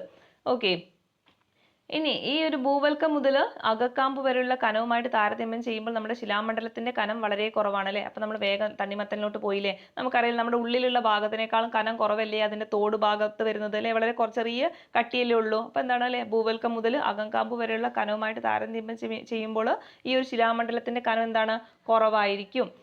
ഇനി ശിലാമണ്ഡല ഫലകങ്ങൾ, ഇപ്പൊ ശിലാമണ്ഡലം എന്താണെന്ന് ക്ലിയർ അല്ലേ. ഇനി നമുക്ക് ശിലാമണ്ഡല ഫലകങ്ങളെ കുറിച്ചിട്ട് പഠിക്കാം. അതായത് അനേകായിരം കിലോമീറ്ററുകൾ വിസ്തൃതിയും പരമാവധി 100 കിലോമീറ്റർ കനവുമുള്ള ശിലാമണ്ഡലങ്ങളെയാണ് ശിലാമണ്ഡല ഫലകങ്ങൾ എന്ന് വിളിക്കുന്നത്. ഓക്കെ, എത്രയാവണം, 100 കിലോമീറ്റർ കനം ഉണ്ടായിരിക്കണം. ഓക്കെ, അപ്പൊ നമുക്കറിയാം നമ്മുടെ ഈ ഭൂമിയുടെ ഇങ്ങനെ പുറം ഭാഗം എടുത്തു കഴിഞ്ഞാൽ ഇതിൽ ഒരുപാട് എന്തുണ്ട്, ഫലകങ്ങൾ ചേർന്നതാണ്. അതായത് ശിലാമണ്ഡല ഫലകങ്ങൾ ചേർന്നതാണ് നമ്മുടെ ഭൂമി എന്ന് പറയുന്നത് അല്ലേ. നമുക്ക് പുറമെ ഇങ്ങനെ കാണുമ്പോൾ ഇങ്ങനെ ഓരോരോ പാളി പാളിയായിട്ട് കാണാൻ പറ്റും. അതായത് എന്താ, അതൊക്കെ ഓരോന്ന് ശിലാമണ്ഡല ഫലകങ്ങളാണ്. ഈ ഫലകങ്ങൾ എങ്ങനെയാണ് രൂപം കൊള്ളുന്നത്, ഏകദേശം 100 കിലോമീറ്റർ കനം ഉണ്ടായിരിക്കണം ഇവയ്ക്ക്. ഓക്കെ, അതായത് അനേകായിരം കിലോമീറ്ററുകൾ വിസ്തൃതിയും അതുപോലെ തന്നെ പരമാവധി 100 കിലോമീറ്റർ കനവും എന്തിനുണ്ടായിരിക്കണം, ഈ ഒരു ശിലാമണ്ഡല ഫലകങ്ങൾക്ക് ഉണ്ടായിരിക്കണം. പലപ്പോഴും ഈ ഒരു ശിലാമണ്ഡല ഫലകങ്ങൾ എന്ന് പറയുന്നത് എന്താണ്, സമുദ്രഭാഗങ്ങൾ ചേർന്നിട്ടുണ്ടായിരിക്കും, അല്ലെങ്കിൽ വൻകര ഭാഗങ്ങൾ ചേർന്നുണ്ടായിരിക്കും, അല്ലെങ്കിൽ സമുദ്രവും വൻകരയും കൂടി ചേർന്ന ഭാഗങ്ങൾ ഉണ്ടായിരിക്കും. അപ്പൊ അതൊക്കെ എന്താണ്, ശിലാമണ്ഡല ഫലകങ്ങളാണ്. ക്ലിയർ അല്ലേ? നിങ്ങൾക്ക് ഈ പിക്ചർ കണ്ടാൽ ക്ലിയർ ആയിട്ട് മനസ്സിലാവും അല്ലേ. ഇത് നമ്മുടെ ഭൂമിയുടെ ഏറ്റവും പുറമേ ഉള്ള ഒരു ഭാഗമാണ് അല്ലേ. ഇവിടെ എന്ത് ചെയ്യുന്നുണ്ട്, ഇതുപോലെ ഇങ്ങനെ അല്ലേ ഓരോ ഭാഗങ്ങൾ കണ്ടില്ലേ. ഇതൊക്കെ എന്താണ്, ഓരോരോ ശിലാമണ്ഡല ഫലകങ്ങളാണ്. ഇങ്ങനെ ഈ ശിലാമണ്ഡല ഫലകങ്ങൾ ഉണ്ടാവണം, അതിന്റെ ശിലാമണ്ഡല ഫലകങ്ങളാണെന്ന് പറയണമെങ്കിൽ എന്തുണ്ടായിരിക്കണം, ഇവിടെ കനം 100 കിലോമീറ്റർ ആയിരിക്കണം. അതൊന്ന് ഓർത്ത് വെച്ചേക്കണം. എത്രയായിരിക്കണം, 100 കിലോമീറ്റർ കനം അല്ലെ. കനം എന്ന് പറയുമ്പോൾ അങ്ങോട്ട് താഴത്തോട്ടേക്ക്, ഇവിടെ ഉപരിതലത്തിൽ നിന്ന് കുറച്ച് താഴത്തോട്ട് 100 കിലോമീറ്റർ വരെ എന്തുണ്ടായിരിക്കണം, അതിന്റെ കനം ഉണ്ടായിരിക്കണം. ഓക്കെ, ഇതൊക്കെ എന്താണ്, ഓരോരോ ഫലകങ്ങളാണ്. മനസ്സിലായില്ലേ? നമ്മുടെ ഏറ്റവും ഭൂമിയുടെ ഏറ്റവും പുറമേയുള്ള പാളിയല്ല, ഏറ്റവും പുറമെ നമ്മൾ കാണുന്ന ഭാഗം ഉണ്ടല്ലോ, ആ ഭാഗമാണ് ഇവിടെ കൊടുത്തിട്ടുള്ളത്. ഇതൊക്കെ എന്താണ്, ഓരോരോ ശിലാമണ്ഡല ഫലകങ്ങളാണ്. പസഫിക് ഫലകം, ഏറ്റവും വലിയ ഫലകമാണ് ഇത്, പസഫിക് ഫലകം. പിന്നീട് ഓസ്ട്രേലിയൻ ഫലകം ഉണ്ട്, വടക്കേ അമേരിക്കൻ ഫലകം ഉണ്ട്, തെക്കേ അമേരിക്കൻ ഫലകം ഉണ്ട്, അന്റാർട്ടിക് ഫലകം ഉണ്ട്, ആഫ്രിക്കൻ ഫലകം ഉണ്ട്, അതുപോലെ തന്നെ യുറേഷ്യൻ ഫലകം ഉണ്ട്. അപ്പൊ അതൊക്കെ എന്താണെന്ന് മനസ്സിലാക്കി വെച്ചേക്കുക. ഏതൊക്കെ ഫലകങ്ങൾ ഉണ്ടെന്നൊക്കെ ഒന്ന് മനസ്സിലാക്കുക. ഏതൊക്കെയുണ്ട്, പസഫിക് അല്ലേ, പസഫിക് ആണ് ഏറ്റവും വലിയ ഫലകം എന്ന് ചോദിച്ചാൽ ഏതാണ്, പസഫിക് ഫലകമാണ്. അടുത്തതാണ് ഓസ്ട്രേലിയൻ ഫലകം, അതുപോലെ തന്നെ വടക്കേ അമേരിക്ക ഉണ്ട്, തെക്കേ അമേരിക്കൻ ഫലകം ഉണ്ട്, പിന്നെ അന്റാർട്ടിക് ഫലകം ഉണ്ട്, ആഫ്രിക്കൻ ഫലകം, അതുപോലെ തന്നെ യുറേഷ്യൻ ഫലകം. ഓക്കെ, അപ്പൊ ഇതൊക്കെ ശിലാമണ്ഡല ഫലകങ്ങളാണ്. ഇവ എന്ത് ചെയ്യുന്നുണ്ട്, പരസ്പരം ഇങ്ങനെ ചെറിയ രീതിയിൽ തെന്നി മാറുന്നുണ്ട്. തെന്നി മാറുന്നില്ല, മെല്ലെ സഞ്ചരിക്കുന്നുണ്ട് കേട്ടോ. ഈ ഫലകങ്ങളൊക്കെ എന്ത് ചെയ്യുന്നുണ്ട്, ഒരുപാട് വർഷങ്ങൾ എടുത്തിട്ട് എന്ത് ചെയ്യുന്നുണ്ട്, മെല്ലെ മെല്ലെ സഞ്ചരിക്കുന്നുണ്ട്. ഓക്കെ, നമുക്ക് വളരെ അങ്ങനെ പെട്ടെന്ന് മനസ്സിലാവില്ല, അത് വളരെ വർഷങ്ങൾ എടുത്തിട്ടല്ലേ ചെറിയ രീതിയിൽ നീങ്ങുന്നുള്ളൂ കേട്ടോ. ഒന്നെങ്കിൽ ഇവ തമ്മിൽ എന്ത് ചെയ്യുന്നുണ്ടാവും അല്ലെ, പരസ്പരം യോജിക്കുന്നുണ്ടാവും, അല്ലെങ്കിൽ പരസ്പരം വിട്ടുപോകുന്നുണ്ടാവും. അതൊക്കെ നമുക്ക് പ്രത്യേകം എടുത്ത് പഠിക്കാനുണ്ട്. സംയോജക സീമ, വിയോജക സീമ, അതൊക്കെ നമുക്ക് വരാം. ജസ്റ്റ് നിങ്ങളൊന്ന് മനസ്സിലാക്കി വെക്കുക. ഇതാണ് എന്ത്, ശിലാമണ്ഡല ഫലകങ്ങൾ എന്ന് പറയുന്നത് അല്ലെ. ഓരോരോ ഫലകങ്ങളാണ് ഇവിടെ കൊടുത്തിട്ടുള്ളത്. ഇതൊക്കെ എന്താണ്, വലിയ ശിലാമണ്ഡല ഫലകങ്ങളാണ്. അതുപോലെ തന്നെ ചെറിയ ശിലാമണ്ഡല ഫലകങ്ങളും ഉണ്ട് കേട്ടോ. അപ്പൊ അത് ഏതൊക്കെയാന്ന് നോക്കാം. ഏതൊക്കെയാന്ന് ഇവിടെ പ്രത്യേകം കൊടുത്തിട്ടുണ്ട്, അത് ചോദിക്കാം. ഏതൊക്കെയാണ്, Philippine, Cocos, Nazca, Caribbean, Scotia, Arabian. Okay, ഇതൊക്കെ എന്താണ്, ചെറിയ ഫലകങ്ങളാണ് കേട്ടോ. അപ്പൊ ചെറിയ ശിലാമണ്ഡല ഫലകങ്ങൾ ഏതൊക്കെയാന്ന് ചോദിച്ചാൽ ഏതൊക്കെയാണ്, ഫിലിപ്പൈൻ ഉണ്ട്, കോക്കോസ് ഉണ്ട്, നാസ്ക ഉണ്ട്, കരീബിയൻ ഉണ്ട്, സ്കോഷ്യ ഉണ്ട്, അറേബ്യൻ ഉണ്ട് കേട്ടോ. അപ്പൊ ഇതൊക്കെ എന്താണ്, ചെറിയ ഫലകങ്ങളാണ്. അപ്പൊ വലിയ ഫലകങ്ങൾ ഏതൊക്കെയാണ് അല്ലെ, നമ്മളിവിടെ തൊട്ട് മുന്നേ പിക്ചറിൽ കണ്ടില്ലേ, പസഫിക് ഉണ്ട്, ഓസ്ട്രേലിയ ഉണ്ട്, യുറേഷ്യൻ ഉണ്ട്, വടക്കേ അമേരിക്കൻ ഉണ്ട്, തെക്കേ അമേരിക്കൻ ഉണ്ട്. അതൊക്കെ എന്താണ്, വലിയ ശിലാമണ്ഡല ഫലകങ്ങളാണ്. ചെറുത് ഏതൊക്കെയാണ്, ഫിലിപ്പൈന്. ചോദിക്കട്ടോ, ഒന്ന് നിങ്ങൾ കാണാപ്പാഠം പഠിക്കേണ്ട, ജസ്റ്റ് അതൊക്കെ ഒന്ന് മനസ്സിലാക്കി വെക്കുക. നമ്മുടെ ഓപ്ഷനിൽ കണ്ടു കഴിഞ്ഞാൽ നിങ്ങൾക്ക് കിട്ടുന്ന രീതിയിൽ ഒന്ന് മനസ്സിലാക്കുക. ഓക്കെ, ഏതൊക്കെയാണ്, ഫിലിപ്പൈൻ ഉണ്ട്, കോക്കോസ് ഉണ്ട്, നാസ്ക ഉണ്ട്, കരീബിയൻ ഉണ്ട്, സ്കോഷ്യ ഉണ്ട്, അറേബ്യൻ ഉണ്ട്. ഇതൊക്കെ എന്താണ്, ചെറിയ ശിലാമണ്ഡല ഫലകങ്ങളാണ്. ഓക്കെ, ഇനി അടുത്ത് നോക്കാം നമുക്ക്. നമ്മൾ പറഞ്ഞില്ലേ, ഈ ശിലാമണ്ഡല ഫലകങ്ങൾ എന്ത് ചെയ്യുന്നുണ്ട്, ചലിക്കുന്നുണ്ട് അല്ലെ. ഒരുപാട് വർഷങ്ങൾ എടുത്തിട്ട് അത് ചെറിയ രീതിയിൽ എന്ത് ചെയ്യുന്നുണ്ട്, ചലിക്കുന്നുണ്ട്. ഓക്കെ, അപ്പൊ നമുക്ക് നോക്കാം അത് എങ്ങനെയാണ് ചലിക്കുന്നതെന്ന്. ഭാഗികമായിട്ട് ദ്രവാവസ്ഥയിലുള്ള അസ്തനോസ്ഫിയറിന് മുകളിലാണ് ശിലാമണ്ഡല ഫലകങ്ങൾ സ്ഥിതി ചെയ്യുന്നത് അല്ലെ. അപ്പൊ നമ്മൾ പഠിച്ചിട്ടുണ്ടല്ലേ, അതായത് ലിത്തോസ്ഫിയർ, അതായത് ശിലാമണ്ഡലത്തിന് താഴെയാണ് എന്ത് കാണുന്നത്, അസ്തനോസ്ഫിയർ കാണുന്നത് അല്ലേ. അസ്തനോസ്ഫിയറിന്റെ മുകളിലാണ് നമ്മൾ ഈ പറഞ്ഞ ശിലാമണ്ഡലങ്ങൾ കാണുന്നത്. ഇതെന്ത് ചെയ്യുന്നു? ഭൂമിക്കുള്ളിലെ അത്യധികമായ താപത്താൽ ഉരുകി മാന്റിലിന്റെ ഭാഗമായ മാഗ്മ നിരന്തര സംവഹനത്തിന് വിധേയമായിക്കൊണ്ടിരിക്കുന്നു. ഇതാണ് ശിലാമണ്ഡല ഫലകങ്ങൾ എന്ത് ചെയ്യുന്നു? ചലിപ്പിക്കുന്നു. അപ്പൊ നമ്മൾ പഠിച്ചിട്ടുണ്ട് അല്ലേ, അസ്തനോസ്ഫിയറിലാണ് മാഗ്മയുടെയൊക്കെ പ്രഭവ കേന്ദ്രം എന്ന് നമ്മൾ ഓൾറെഡി ഭൂമിയുടെ ഘടനയുമായി ബന്ധപ്പെട്ടിട്ട് നമ്മൾ പഠിച്ചിട്ടുണ്ടായിരുന്നു അല്ലേ. അപ്പോൾ നമുക്കറിയാം ഭൂമിയുടെ ഉള്ളിലോട്ട് ചെല്ലുന്തോറും എന്താണ് ഭയങ്കര താപമായിരിക്കും അല്ലേ. ഇത് എന്ത് ചെയ്യുന്നുണ്ട്? ഈ താപത്താൽ നമ്മുടെ മാന്റിൽ എന്ത് ചെയ്യുന്നുണ്ട്? ഉരുകുന്നുണ്ട് അല്ലേ. ഈ ഉരുകിയിട്ട് വരുന്ന പുറത്തേക്ക് വരുന്ന മാഗ്മ അല്ലേ, ഈ മാഗ്മയുടെ നിരന്തരമായിട്ടുള്ള ഈ സംവഹന ഈ ഒരു ഫലമായിട്ടാണ് എന്ത് സംഭവിക്കുന്നത്? ഈ ശിലാമണ്ഡല ഫലകങ്ങൾക്ക് ചലനം സംഭവിക്കുന്നത്. അപ്പൊ അതും കൂടി ഓർത്ത് വെച്ചേക്കുക. മാഗ്മ എവിടെയാണ് കാണപ്പെടുന്നത്? നമ്മുടെ അസ്തനോസ്ഫിയറിലാണ് കാണപ്പെടുന്നതും കൂടി മനസ്സിലാക്കി വെക്കുക. അപ്പൊ എങ്ങനെയാണ് ഫലകങ്ങൾ ചലിക്കുന്നതെന്ന് മനസ്സിലായില്ലേ? നമ്മൾ പഠിച്ചിട്ടുണ്ടല്ലേ, ശിലാമണ്ഡലത്തിന് താഴെ, അതായത് ലിത്തോസ്ഫിയറിന് താഴെയാണ് അസ്തനോസ്ഫിയർ എന്ന് പറയുന്നത്. ഈ അസ്തനോസ്ഫിയറിന്റെ ഉള്ളിൽ നിന്നാണ് എന്ത് വരുന്നത്? മാഗ്മ വരുന്നത് അല്ലേ. അതായത് മാന്റിൽ അല്ലേ, ഭൂമിക്കുള്ളിൽ എന്താണ്? ഉയർന്ന താപമല്ലേ. അപ്പൊ ഈ ഉയർന്ന താപം ഉണ്ടാവുമ്പോൾ മാന്റിൽ എന്ത് ചെയ്യാൻ തുടങ്ങും? ഉരുകാനായിട്ട് തുടങ്ങും അല്ലേ.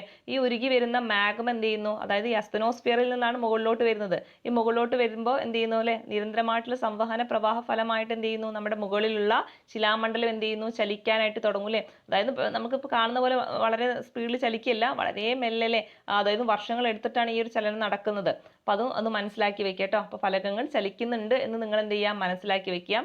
ഇവിടെ കൃത്യമായിട്ട് കൊടുത്തിട്ടുണ്ട്, വർഷത്തില് ശരാശരിയിലെ 2 സെന്റിമീറ്റർ മുതൽ 12 സെന്റിമീറ്റർ അല്ലെ, അതായത് 2 സെന്റിമീറ്റർ വരെ അല്ലെ, 2 സെന്റിമീറ്റർ മുതൽ 12 സെന്റിമീറ്റർ വരെ വേഗത്തിലാണ് ഈ ഒരു ഫലകങ്ങൾ ചലിക്കുന്നത്. ഓക്കെ, അപ്പൊ വർഷത്തിൽ എങ്ങനെയാണ്? ശരാശരി 2 സെന്റിമീറ്റർ. എത്രയാണ്? 2 സെന്റിമീറ്റർ മുതൽ 12 സെന്റിമീറ്റർ. എങ്ങനെയാണ്? വർഷത്തിലാണ് കേട്ടോ. അപ്പൊ വർഷത്തിൽ 2 മുതൽ 12 സെന്റിമീറ്റർ ആ ഒരു വേഗത്തിലാണ് ഫലകങ്ങൾ എന്ത് ചെയ്യുന്നത്? ചലിക്കുന്നത്. അതും കൂടി ഒന്ന് ഓർത്ത് വെച്ചേക്കുക. അടുത്തത് ഇവിടെ കൃത്യമായിട്ട് നമുക്ക് ഈ ചലനവുമായി ബന്ധപ്പെട്ട് നമുക്ക് പഠിച്ചിരിക്കേണ്ട ഒന്ന് ഈ ഒരു വൻകര വിസ്ഥാപന സിദ്ധാന്തം ഒന്ന് നോക്കാം. ഈ വൻകര വിസ്ഥാപന സിദ്ധാന്തം അല്ലേ, അത് ആവിഷ്കരിച്ചത് ആരാന്ന് ചോദിക്കാറുണ്ട്. ആരാണ്? നമ്മുടെ ആൽഫ്രഡ് വേഗ്നർ ആണ്. ഏതാ വർഷം? 1912 ആണ് കേട്ടോ. അതും ചോദിക്കാറുണ്ട്. 1912 ഈ ഒരു വൻകര വിസ്ഥാപന സിദ്ധാന്തം എന്നൊരു സിദ്ധാന്തം കൊണ്ടുവന്നത്. ആര്? Alfred Wegener. അപ്പൊ അദ്ദേഹത്തിന്റെ കാഴ്ചപ്പാടിൽ അദ്ദേഹം പറയുന്നത് എന്താണ്? ഈ ഒരു വൻകര വിസ്ഥാപന സിദ്ധാന്തത്തിലൂടെ അദ്ദേഹം പറയുന്നത് എന്താണ് അല്ലെ, വർഷങ്ങൾക്ക് മുമ്പ് ഇപ്പോഴുള്ള എല്ലാ വൻകരകളും ചേർന്നിട്ട് എന്തായിരുന്നു അല്ലെ, ഒരൊറ്റ വൻകരയായിരുന്നു. ആ വൻകരയുടെ പേരെന്തായിരുന്നു? പാൻജിയ ആയിരുന്നു. അതായത് ഇന്ന് കാണുന്നല്ലേ, ഒരുപാട് വൻകരകളൊന്നും ഉണ്ടായിരുന്നില്ല, ഒറ്റ ഒരു വൻകരയായിരുന്നു. ആ വൻകരയുടെ പേരെന്തായിരുന്നു? പാൻജിയ എന്നായിരുന്നു അല്ലെ. അതിനെ ചുറ്റിട്ടൊരു സമുദ്രം ഉണ്ടായിരുന്നു അല്ലെ, അതിനെ ചുറ്റിട്ടൊരു വലിയൊരു മഹാസമുദ്രം ഉണ്ടായിരുന്നു. ആ മഹാസമുദ്രമാണിത് പന്തലാസ എന്ന് പറയുന്നത്. പിന്നീട് എന്ത് ചെയ്യുന്നുണ്ട്? ഈ വൻകര ഉൾക്കൊള്ളുന്ന ഭാഗം എന്ത് ചെയ്യുന്നുണ്ട്? സമുദ്ര അടിത്തട്ടിന് മുകളിലൂടെ പതുക്കെ തെന്നി മാറിയിട്ട് എന്തായി മാറിയില്ലേ, വർഷങ്ങൾ കൊണ്ട് ഇപ്പോൾ കാണുന്ന പലതരം വൻകരകളായിട്ട് രൂപം കൊള്ളുകയാണ് ചെയ്തത്. അതായത് ഒറ്റ ആ ഒരു വലിയ വൻകര പിന്നീട് എന്ത് ചെയ്യുന്നു അല്ലെ, വിഭജിച്ചിട്ട് ചെറിയ ചെറിയ വൻകരകളായിട്ട് മാറി എന്നാണ് ഈ ഒരു വൻകര വിസ്ഥാപന സിദ്ധാന്തത്തിലൂടെ ആൽഫ്രഡ് വേഗ്നർ പറയുന്നത്. അപ്പൊ അത് ഓർത്ത് വെച്ചേക്കുക. ആൽഫ്രഡ് വേഗ്നർ ആണ് വൻകര വിസ്ഥാപന സിദ്ധാന്തത്തിന്റെ ഉപജ്ഞാതാവ്. വർഷം ഒന്ന് ഓർത്ത് വെച്ചേക്കുക, 1912 ആണ്. ഓക്കെ, 1912 വൻകര വിസ്ഥാപന സിദ്ധാന്തം അല്ലെ. അദ്ദേഹം എന്താണ് പറയുന്നത്? വർഷങ്ങൾക്ക് മുമ്പ് ഇന്ന് കാണുന്ന രീതിയിൽ ഒരുപാട് വൻകരയൊന്നും ഉണ്ടായിരുന്നില്ല, ഒറ്റ വൻകര ഉണ്ടായിരുന്നുള്ളൂ. അതിന്റെ പേരാണ് ഏത്? പാൻജിയ. അതും കൂടി ഓർത്ത് വെച്ചേക്ക്. ഏതാണ് ആ പേര്? പാൻജിയ അല്ലെ. അതിന് ചുറ്റിയിട്ടൊരു മഹാസമുദ്രം ഉണ്ടായിരുന്നു, അതിന്റെ പേരാണ് എന്താ? പന്തലാസ എന്ന് പറയുന്നത് അല്ലെ. പിന്നീട് അത് വർഷങ്ങൾക്ക് ശേഷം എന്ത് ചെയ്യുന്നുണ്ട്? അത് വിഭജിച്ചിട്ടാണ് ഇന്ന് കാണുന്ന ചെറിയ ചെറിയ വൻകരകളൊക്കെ രൂപം കൊണ്ടതെന്നാണ് അദ്ദേഹം പറയുന്നത്. ഇതിലൂടെ വൻകര വിസ്ഥാപന സിദ്ധാന്തത്തിലൂടെ. വർഷം കൂടി ഓർത്ത് വെച്ചേക്ക്, 1912 ആൽഫ്രഡ് വേഗ്നർ ആണ്. ഓക്കെ, ഇനി അടുത്തത് നമ്മൾ പറഞ്ഞില്ലേ വൻകര ഈ ഒരു ഫലകങ്ങൾ അല്ലേ, അതായത് ശിലാമണ്ഡല ഫലകങ്ങൾ എന്ത് ചെയ്യുന്നുണ്ട്? ചലിക്കുന്നുണ്ടെന്ന് പറഞ്ഞില്ലേ. അപ്പൊ ഇവരുടെ ചലനം എന്ന് പറയുന്നത് ഒന്നെങ്കിൽ എന്ത് ചെയ്യാം? പരസ്പരം അല്ലെ, രണ്ട് ഫലകങ്ങൾ തമ്മിൽ പരസ്പരം കൂട്ടിമുട്ടുന്നുണ്ടാവും അല്ലെ. ചലിക്കുന്ന സമയത്ത് അല്ലെ, നമുക്കൊരു കാര്യം അറിയാലേ, ഒരു കാര്യം ചലിക്കുമ്പോൾ അത് എന്ത് ചെയ്യുന്നുണ്ട്? ഒന്നെങ്കിൽ ഒരേ സൈഡിലേക്കാവും ചലിക്കുക, അല്ലെങ്കിൽ എന്താവും ഒരു വ്യത്യസ്ത സൈഡിലേക്കായിരിക്കും, അല്ലെങ്കിൽ എന്ത് ചെയ്യും? പരസ്പരം തെന്നി മാറിയിട്ടാവും ചലിക്കുക. ഓക്കെ, അപ്പൊ നിങ്ങൾക്ക് ഇങ്ങനെ ഒന്ന് മനസ്സിലാവണമെങ്കിൽ നിങ്ങളുടെ വേഗം എന്ത് ചെയ്യുക? നമ്മുടെ തണ്ണിമത്തനിലോട്ട് വരിക അല്ലെ. നിങ്ങൾക്ക് ഈ പിക്ചർ കാണുമ്പോൾ മനസ്സിലാവും അല്ലേ. അതായത് തണ്ണിമത്തൻ്റെ ചെറിയ പീസ് നമ്മളിങ്ങനെ എടുത്തു കഴിഞ്ഞാൽ അല്ലേ, ഇവിടെ അല്ലേ നമ്മൾ കഴിക്കുന്ന ഈ റെഡ് കളറിൽ കാണുന്ന നമ്മുടെ കഴിക്കുന്ന ഒരു ഭാഗമായിട്ട് എടുക്കാം. ഓക്കെ, ഈ ഒരു പുറന്തോട് കണ്ടില്ലേ, ഈ ഒരു ഭാഗം കണ്ടില്ലേ, ഇതാണ് നമ്മൾ തണ്ണിമത്തൻ്റെ പുറന്തോട് കണ്ടില്ലേ അല്ലേ, അതാണ് എന്ത് ശിലാമണ്ഡലം എന്ന് പറയുന്നത്. ഓക്കെ, ഇതാ ഈ ഒരു ഭാഗത്തിനെയാണ്, പുറമേയുള്ള ഈ ഒരു ഭാഗത്തിനെയാണ് എന്ത് പറയുന്നത്, ശിലാമണ്ഡലം എന്ന് പറയുന്നത്. ഇവിടെ ഈ പിക്ചറിൽ കാണുന്നത് എന്താണ്, അസ്തനോസ്ഫിയർ ആണ്. ഓക്കെ, അസ്തനോസ്ഫിയർ ആണ്. ഇവിടെ നമ്മൾ പറഞ്ഞില്ലേ, അസ്തനോസ്ഫിയർ ഉയർന്ന താപത്താൽ എന്ത് ചെയ്യുന്നുണ്ട്, ഈ ഒരു മാന്റിലിന്റെ ഭാഗം എന്ത് ചെയ്യുന്നുണ്ട്, ഉരുകുന്നുണ്ട്. ഈ ഉരുകുമ്പോൾ അല്ലെ, ഇവിടെ നിന്നാണ് അസ്തനോസ്ഫിയറിലാണ് എന്ത് മാഗ്മയുടെ പ്രഭവ കേന്ദ്രം എന്നൊക്കെ നമ്മൾ പഠിച്ചിട്ടുണ്ട് അല്ലേ. ഈ ഉരുകുന്ന സമയത്ത് ഈ മാഗ്മ എന്ത് ചെയ്യുന്നു, പുറത്തോട്ടേക്ക് വരുന്നു അല്ലേ. മാഗ്മ പുറത്തോട്ട് വരുന്ന സമയത്തല്ലേ അതിന്റെ സംവഹന ഫലമായിട്ട് എന്ത് ചെയ്യുന്നു, നമ്മുടെ ഫലകങ്ങൾ തമ്മിൽ എന്ത് ചെയ്യുന്നുണ്ട്, ഇവിടെ അല്ലെ ചലിക്കുന്നുണ്ട്. ഇവിടെ ഇപ്പൊ എങ്ങനെയാണ് ചലിക്കുന്നത്, പരസ്പരം എന്ത് ചെയ്യുന്നുണ്ട് അല്ലെ, അടുത്ത് നിന്നിരുന്ന ഫലകങ്ങൾ എന്ത് ചെയ്യുന്നു, ഒന്ന് അങ്ങോട്ട് വിട്ടു പോകുന്നു. ഓക്കെ, ഇത് നിങ്ങളുടെ പിക്ചർ കണ്ടാൽ മനസ്സിലാവും. ഇവരാദ്യം അടുത്തായിരുന്നു, ഇവരെന്ത് ചെയ്യുന്നു, ആ ഒരു ഈ മാഗ്മയുടെ വരവ് മൂലം എന്ത് ചെയ്യുന്നു, ഈ ഒരു ഫലകങ്ങൾ പരസ്പരം എന്ത് ചെയ്യുന്നുണ്ട്, അങ്ങോട്ടേക്കും ഇങ്ങോട്ടേക്കും പോകുന്നുണ്ട് അല്ലേ. അപ്പൊ പരസ്പരം അകന്നു പോകുന്ന ഈ ഒരു ഫലകങ്ങൾ എന്ത് പറയുന്നു, വിയോജക സീമ എന്നാണ് പറയാ. അതായത് വിയോജിക്കുക എന്ന് പറഞ്ഞാൽ എന്താണ് അല്ലെ, പരസ്പരം വിട്ടുപോകും അല്ലെ. അതായത് സംയോജിക്കുക എന്ന് പറഞ്ഞാൽ എന്താണ്, പരസ്പരം കൂട്ടിമുട്ടുകയാണ് അല്ലെ. വിയോജിക്കുക എന്ന് പറഞ്ഞാൽ പരസ്പരം അതിൽ നിന്ന് വിട്ടുപോകുക. അപ്പൊ വിയോജക സീമ എന്ന് പറഞ്ഞാൽ എന്താണെന്ന് മനസ്സിലായില്ലേ, അതായത് പരസ്പര ഫലകങ്ങൾ തമ്മിൽ എന്ത് ചെയ്യുക, പരസ്പരം അകന്നു പോവുക, അതിനെയാണ് വിയോജക സീമ എന്ന് പറയുന്നത്. അടുത്തത് എന്താണ്, സംയോജക സീമയാണ്. ഓക്കെ, സംയോജക സീമ എന്ന് പറഞ്ഞാൽ എന്താണ്, സംയോജക സീമ നമ്മൾ പറഞ്ഞില്ലേ, രണ്ട് ഫലകങ്ങൾ തമ്മിൽ എന്ത് ചെയ്യുക, കൂട്ടിമുട്ടുക. ഓക്കെ, ഇപ്പൊ രണ്ട് ഫലകങ്ങൾ കൂട്ടിമുട്ടുന്ന സമയത്തിലെ ഒന്നെങ്കിൽ അതെന്ത് ചെയ്യും, നേരെ ഇതിന്റെ താഴത്തോട്ട് മറ്റേ ഫലകത്തിന്റെ താഴത്തോട്ട് പോകും. ഓക്കെ, അല്ലെങ്കിൽ എന്ത് ചെയ്യും, അല്ലെങ്കിൽ എന്താ സംഭവിക്കുക, രണ്ടും കൂടി ഇവിടെ കൂട്ടിമുട്ടിയിട്ട് ഇവിടെ ഒരു പുതിയൊരു ഒരു ഒരു എന്ത് ഒരു പുതിയൊരു ഭാഗം ഇവിടെ രൂപം കൊള്ളും. ഓക്കെ, അപ്പൊ ഇങ്ങനെ രണ്ട് രീതിയിൽ നടക്കാറുണ്ട്. ഇപ്പൊ നിങ്ങൾ മനസ്സിലാക്കുക, ഒന്നെങ്കിൽ കൂട്ടിമുട്ടുന്നതിനെയാണ് എന്ത് പറയുന്നത്, സംയോജക സീമ എന്ന് പറയുന്നത്. അടുത്തൊന്നാണ് ഛേദക സീമ അല്ലെ. ഛേദക സീമ എന്ന് പറയുമ്പോൾ നമുക്ക് മനസ്സിലാവില്ലേ, ഛേദിച്ചു പോവുക, അതായത് എന്ത് പരസ്പരം ഒരസി പോവുക അല്ലെ. ഇവിടെ ചലിക്കുമ്പോൾ എന്താണ് സംഭവിക്കുന്നത്, രണ്ടും അടുത്തടുത്ത് ഉണ്ടായിരുന്നത് എന്ത് ചെയ്യുന്നു, ഒന്ന് പരസ്പരം എന്ത് ചെയ്യുന്നു, അങ്ങോട്ട് അതിന് തൊട്ടുരുസി അങ്ങോട്ട് തെന്നിമാറുകയാണ് ചെയ്യുന്നത്. അതാണ് എന്ത് ഛേദക സീമ എന്ന് പറയുന്നത്. ക്ലിയർ അല്ലേ. ഇനി നമുക്ക് ഈ ഒരു പിക്ചറിലോട്ട് വരാം. ഇതാണ് ഇപ്പൊ നമുക്ക് ക്ലിയർ ആയിട്ട് നമുക്ക് മനസ്സിലാവാൻ പറ്റും. ഏറ്റവും പുറമേ കാണുന്ന ഒരു ഭാഗം ഉണ്ടല്ലോ, ഇതാണ് നമ്മുടെ ശിലാമണ്ഡല ഫലകങ്ങൾ എന്ന് പറയുന്നത്. ഇതിന്റെ ഉള്ളിൽ താഴെ ഈ റെഡ് കളറിലുള്ള ഭാഗമാണ് നമ്മുടെ അസ്തനോസ്ഫിയർ. ഇവിടെ എന്ത് ചെയ്യുന്നു, മാഗ്മ പുറത്തോട്ട് വരുന്ന സമയത്തിലെ ഇവിടെ എന്താണ്, കടൽത്തറയാണ് അല്ലെ. അതായത് ഈ ശിലാമണ്ഡല ഫലകം എന്ന് പറയുന്നത് എന്താണ്, സമുദ്രഭാഗമാണ്. അപ്പൊ നമുക്കറിയില്ല, രണ്ട് സമുദ്രങ്ങൾ തമ്മിൽ കൂട്ടിമുട്ടുമ്പോൾ എന്താ സംഭവിക്കുക, അതായത് ഒരു ഫലകം സമുദ്രമായിരിക്കും, മറ്റേ ഫലകം എന്താണ്, സമുദ്രമാണ് അല്ലെ. അപ്പൊ ഇങ്ങനെ കൂട്ടിമുട്ടുന്ന സമയത്ത് ഇവിടെ എന്ത് ചെയ്യുന്നുണ്ട്, ഒരു പുതിയ കടൽത്തറ തന്നെ രൂപം കൊള്ളുന്നുണ്ട്. ഓക്കെ, അപ്പൊ നിങ്ങൾക്ക് കണ്ടാൽ ഇവിടെ മനസ്സിലാവും, ഇവിടെ ഇങ്ങനെ കൂട്ടിയോജിക്കുന്ന ഭാഗത്തിലെ, അതായത് ഇതൊരു ഫലകമാണ്. ഓക്കെ, ഈ ഒരു ഭാഗം എന്ന് പറയുന്നത് ഒരു ഫലകമാണ്, ഇപ്പുറത്തുള്ള സൈഡിലുള്ളതും എന്താണ്, ഒരു ഫലകമാണ്. ഇവ തമ്മിൽ എന്ത് ചെയ്യുന്നു, കൂട്ടിമുട്ടുമ്പോൾ ഇവിടെ എന്ത് ചെയ്യുന്നുണ്ട്, ഒരു പുതിയ കടൽത്തറ രൂപം കൊള്ളും. ഇനി ഇവിടെ ഈ ഭാഗത്തോട്ട് പോയി കഴിഞ്ഞാൽ ഇതിപ്പോ ഒരു സമുദ്രഭാഗമാണ്, ഈ ഒരു ഭാഗം നമുക്ക് കരഭാഗമായിട്ട് എടുക്കാം അല്ലെ. ഈ ഭാഗം എന്താണ്, കരഭാഗമാണ്. ഈ കരഭാഗവും കടൽ ഭാഗവും തമ്മിൽ കൂട്ടിമുട്ടി കഴിഞ്ഞാൽ എന്താ സംഭവിക്കുന്നത്, സാന്ദ്രത കൂടിയ ഭാഗം അല്ലെ, സാന്ദ്രത കൂടിയ ഭാഗം എന്ത് ചെയ്യുന്നുണ്ട്, സാന്ദ്രത കുറഞ്ഞ ഭാഗത്തിന്റെ അടിത്തട്ടിലോട്ടേക്ക് പോവുകയാണ് ചെയ്യുന്നത് അല്ലെ. ഇവിടെ സാന്ദ്രത കൂടിയത് ഇതിനാണ്, സമുദ്രത്തിനല്ലേ. അപ്പൊ ഈ സമുദ്രത്തിന്റെ മുകൾ ഭാഗം എന്ത് ചെയ്യുന്നുണ്ട്, ഇതിന്റെ നേരെ ഈ ഒരു വൻകരയുടെ താഴത്തോട്ടേക്ക് എന്ത് ചെയ്യുന്നുണ്ട്, പോകുന്നുണ്ട്. കണ്ടോ, ഈ പിക്ചർ നിങ്ങൾക്ക് കണ്ടാൽ മനസ്സിലാവും, ഇതിന്റെ താഴത്തോട്ടേക്ക് പോകുന്നുണ്ട്. ഇവിടെ രൂപം കൊള്ളുന്നത് എന്താണ്, ഇവിടെ രൂപം കൊള്ളുന്നതാണ് ഗർത്തം എന്ന് പറയുന്നത് അല്ലെ. നമ്മൾ പസഫിക് സമുദ്രത്തിലെ ചലഞ്ചർ ഗർത്തം എന്നൊക്കെ പഠിച്ചിട്ടുണ്ട് അല്ലേ. അതൊക്കെ രൂപം കൊള്ളുന്നത് ഇങ്ങനെയാണ്. അതായത് ഒരു സമുദ്രവും ഒരു കരയും കൂടി തമ്മിൽ കൂട്ടിമുട്ടുന്ന സമയത്ത് എന്ത് ചെയ്യുന്നുണ്ട്, സാന്ദ്രത കൂടിയ ഭാഗം അല്ലെ, സാന്ദ്രത കൂടിയ ഭാഗം സാന്ദ്രത കുറഞ്ഞ ഭാഗത്തിന്റെ താഴത്തോട്ടേക്ക് പോവുകയും ഇവിടെ എന്ത് ചെയ്യുന്നുണ്ട്, ഒരു ഗർത്തം അവിടെ സൃഷ്ടിക്കുകയും ചെയ്യുന്നുണ്ട്. ഓക്കെ, അതാണ് നമ്മളിപ്പോൾ പറഞ്ഞ ചലഞ്ചർ ഗർത്തം പോലെയുള്ള മറ്റ് ഗർത്തങ്ങളൊക്കെ ഉണ്ട് അല്ലേ. അപ്പൊ അതൊക്കെ എന്താണ്, ഇങ്ങനെ രൂപം കൊള്ളുന്നതാണ്. ഇവിടെ രണ്ട് കടലുകൾ തമ്മിൽ കൂട്ടിമുട്ടുമ്പോൾ ഇവിടെ എന്ത് ചെയ്യുന്നത് അല്ലെ, പരസ്പരം കൂട്ടിമുട്ടുന്ന സമയത്ത് അവിടെ ഒരു പുതിയൊരു കടൽ തറയാണ് രൂപം കൊള്ളുന്നത്. അപ്പൊ അതും കൂടി ഒന്ന് മനസ്സിലാക്കി വെക്കുക. ഓക്കെ, അപ്പൊ ഈ ഭാഗമൊക്കെ ക്ലിയർ ആയില്ലേ. ഇനി അടുത്തത് നമ്മൾ പറഞ്ഞില്ലേ, കൂട്ടിമുട്ടുമ്പോൾ അല്ലെ സംയോജക സീമ എന്ന് പറയുന്നുണ്ട്, വിയോജിക്കുമ്പോൾ വിയോജക സീമ ഉണ്ട്, പരസ്പരം ഛേദിച്ചു പോകുമ്പോൾ എന്താണ്, ഛേദക സീമ എന്നൊക്കെ പറയുന്നുണ്ട്. അപ്പൊ അതുമായി ബന്ധപ്പെട്ടിട്ട് ഇവിടെ കൊടുത്തിരിക്കുന്ന കാര്യങ്ങൾ കൂടി ഒന്ന് നോക്കാം. ഈ ഒരു സംയോജക സീമകളിലാണ് എന്ത് മടക്ക് പർവ്വതങ്ങൾ സൃഷ്ടിക്കപ്പെടുന്നത് അല്ലെ. അതായത് രണ്ടെണ്ണം തമ്മിൽ കൂട്ടിമുട്ടുന്ന സമയത്ത് എന്ത് ചെയ്യുന്നുണ്ട്, അവിടെ മടക്ക് പർവ്വതങ്ങളാണ് സൃഷ്ടിക്കപ്പെടുന്നത്. അതായത് കരകൾ തമ്മിൽ കൂട്ടിമുട്ടുന്ന സമയത്ത് അല്ലെ, ഇപ്പൊ കരഭാഗമായിട്ടുള്ള ഏതെങ്കിലും അല്ലെ കരഭാഗവും മറ്റൊരു കരഭാഗവും തമ്മിൽ എന്ത് ഫലകങ്ങൾ കേട്ടോ, രണ്ട് കരഭാഗമായിട്ടുള്ള ഫലകങ്ങൾ തമ്മിൽ കൂട്ടിമുട്ടുന്ന സമയത്ത് അവിടെ എന്താണ് മടക്ക് പർവ്വതങ്ങളാണ് രൂപം കൊള്ളുന്നത് അല്ലെ. നമ്മുടെ ഹിമാലയം നമ്മൾ പഠിച്ചിട്ടുണ്ടല്ലേ, ഹിമാലയം രൂപം കൊണ്ടത് യൂറേഷ്യൻ ഫലകവും ഇന്ത്യൻ ഫലകവും തമ്മിൽ കൂട്ടിമുട്ടിയപ്പോൾ എന്ത് ചെയ്തു അല്ലെ, അവിടെ എന്ത് ചെയ്തു പുതിയൊരു മടക്ക് പർവ്വതം സൃഷ്ടിക്കുകയാണ് ഉണ്ടായത് അല്ലെ. അതാണ് ഹിമാലയം എന്ന് പറയുന്നത്. അതൊക്കെ നമ്മൾ ഇന്ത്യൻ ജോഗ്രഫിയുമായി ബന്ധപ്പെട്ട് പറഞ്ഞിട്ടുണ്ടായിരുന്നു. അപ്പൊ അതും കൂടി ഓർത്ത് വെച്ചേക്കുക. ഹിമാലയം ഉണ്ടായത് എങ്ങനെയാണ് അല്ലെ, സംയോജക സീമയുടെ ഫലമായിട്ടാണ്. അതായത് രണ്ട് ഫലകങ്ങൾ തമ്മിൽ കൂട്ടിമുട്ടിയിട്ട് ഉണ്ടായി വന്ന മടക്ക് പർവ്വതമാണ് എന്ത് ഈ ഒരു ഹിമാലയം എന്ന് പറയുന്നത്. അതുപോലെ തന്നെ മറ്റ് ഇതുമായി ബന്ധപ്പെട്ടിട്ടുള്ള സംയോജക സീമയുമായി ബന്ധപ്പെട്ടിട്ടുള്ള മറ്റ് പർവ്വതങ്ങളും കൂടി ഒന്ന് ഓർത്ത് വെച്ചേക്കുക. അതൊക്കെ എന്താണ് മടക്ക് പർവ്വതങ്ങളാണ്. ഏതൊക്കെ? Alps, Andes, Atlas. അതും ചോദിച്ചിട്ടുണ്ട്. മടക്ക് പർവ്വതങ്ങൾക്ക് ഉദാഹരണം ഏതൊക്കെയാണ്? ഹിമാലയം ഉണ്ട്, ആൽപ്സ്, ആൻഡീസ്, അതുപോലെ തന്നെ അറ്റ്ലസ്. അത് കൃത്യമായിട്ട് പഠിച്ചു വെച്ചേക്കുക, ചോദിച്ചിട്ടുള്ളതാണ് കേട്ടോ.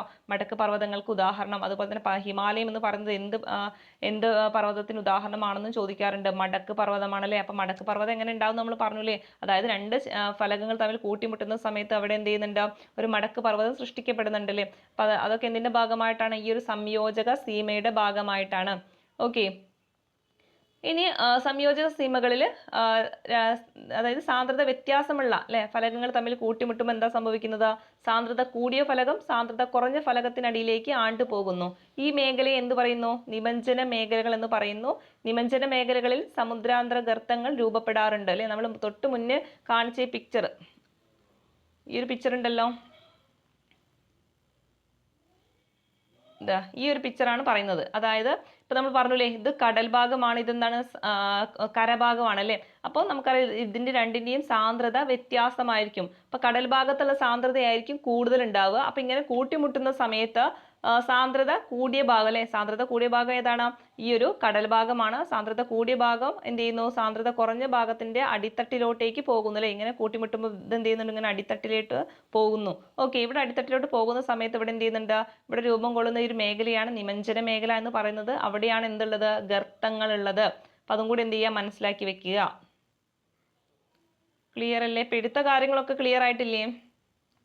ഇനി അടുത്തത് വിയോജക സീമയാണ് അല്ലെ. ഇപ്പൊ നമ്മൾ പറഞ്ഞത് ഒന്ന് സംയോജക സീമയാണ് അല്ലെ, പരസ്പരം കൂട്ടിമുട്ടുകയാണ്. വിയോജക സീമ എന്ന് പറഞ്ഞാൽ എന്താണ്? വിയോജിച്ചു പോവല്ലേ, അതായത് പരസ്പരം വിട്ടുപോകല്ലേ. അപ്പൊ വിട്ടുപോകുന്ന സമയത്ത് എങ്ങനെയാണ്? അതിനൊരു ഉദാഹരണമാണ് നമ്മുടെ മധ്യ അറ്റ്ലാന്റിക് സമുദ്രത്തിലുള്ള ഒരു പർവ്വതനിരയുണ്ട്. അതിനെക്കുറിച്ച് പറഞ്ഞുതരാം.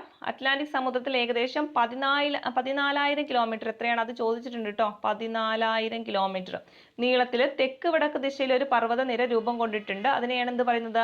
മധ്യ അറ്റ്ലാന്റിക് പർവ്വതനിര എന്ന് പറയുന്നത്. ഓക്കെ. എന്താണ്? 14,000 കിലോമീറ്ററിലായിട്ട് നീണ്ടു കിടക്കുക അല്ലെ, വടക്ക് തെക്ക് ഭാഗത്തായിട്ട് കിടക്കുന്ന മധ്യ അറ്റ്ലാന്റിക് പർവ്വതനിര എന്നാണ് പറയുന്നത്. അതെന്തിന് ഉദാഹരണമാണ്? ഈ ഒരു വിയോജക സീമയ്ക്ക് ഉദാഹരണമാണ്. ക്ലിയർ അല്ലേ? അപ്പൊ ഏതാണ് വിയോജക സീമയ്ക്ക് ഉദാഹരണം ചോദിക്കാറുണ്ട്? ഏതാണ് അത്? മധ്യ അറ്റ്ലാന്റിക് പർവ്വതനിര എന്നാണ് പറയുന്നത്. ഓക്കെ. അപ്പൊ അതുമായി ബന്ധപ്പെട്ട് നമുക്കൊരു പിക്ചർ ഞാൻ നിങ്ങൾക്ക് കൃത്യമായിട്ട് കാണിച്ചു തരാം. ഇതാ ഇവിടെ കൊടുത്തിട്ടുണ്ട്, ഒരു പിക്ചർ കൊടുത്തത് നിങ്ങൾ കാണുന്നില്ലേ? ഇതാണ് മധ്യ അറ്റ്ലാന്റിക് പർവ്വതനിര എന്ന് പറയുന്നത്. ഓക്കെ.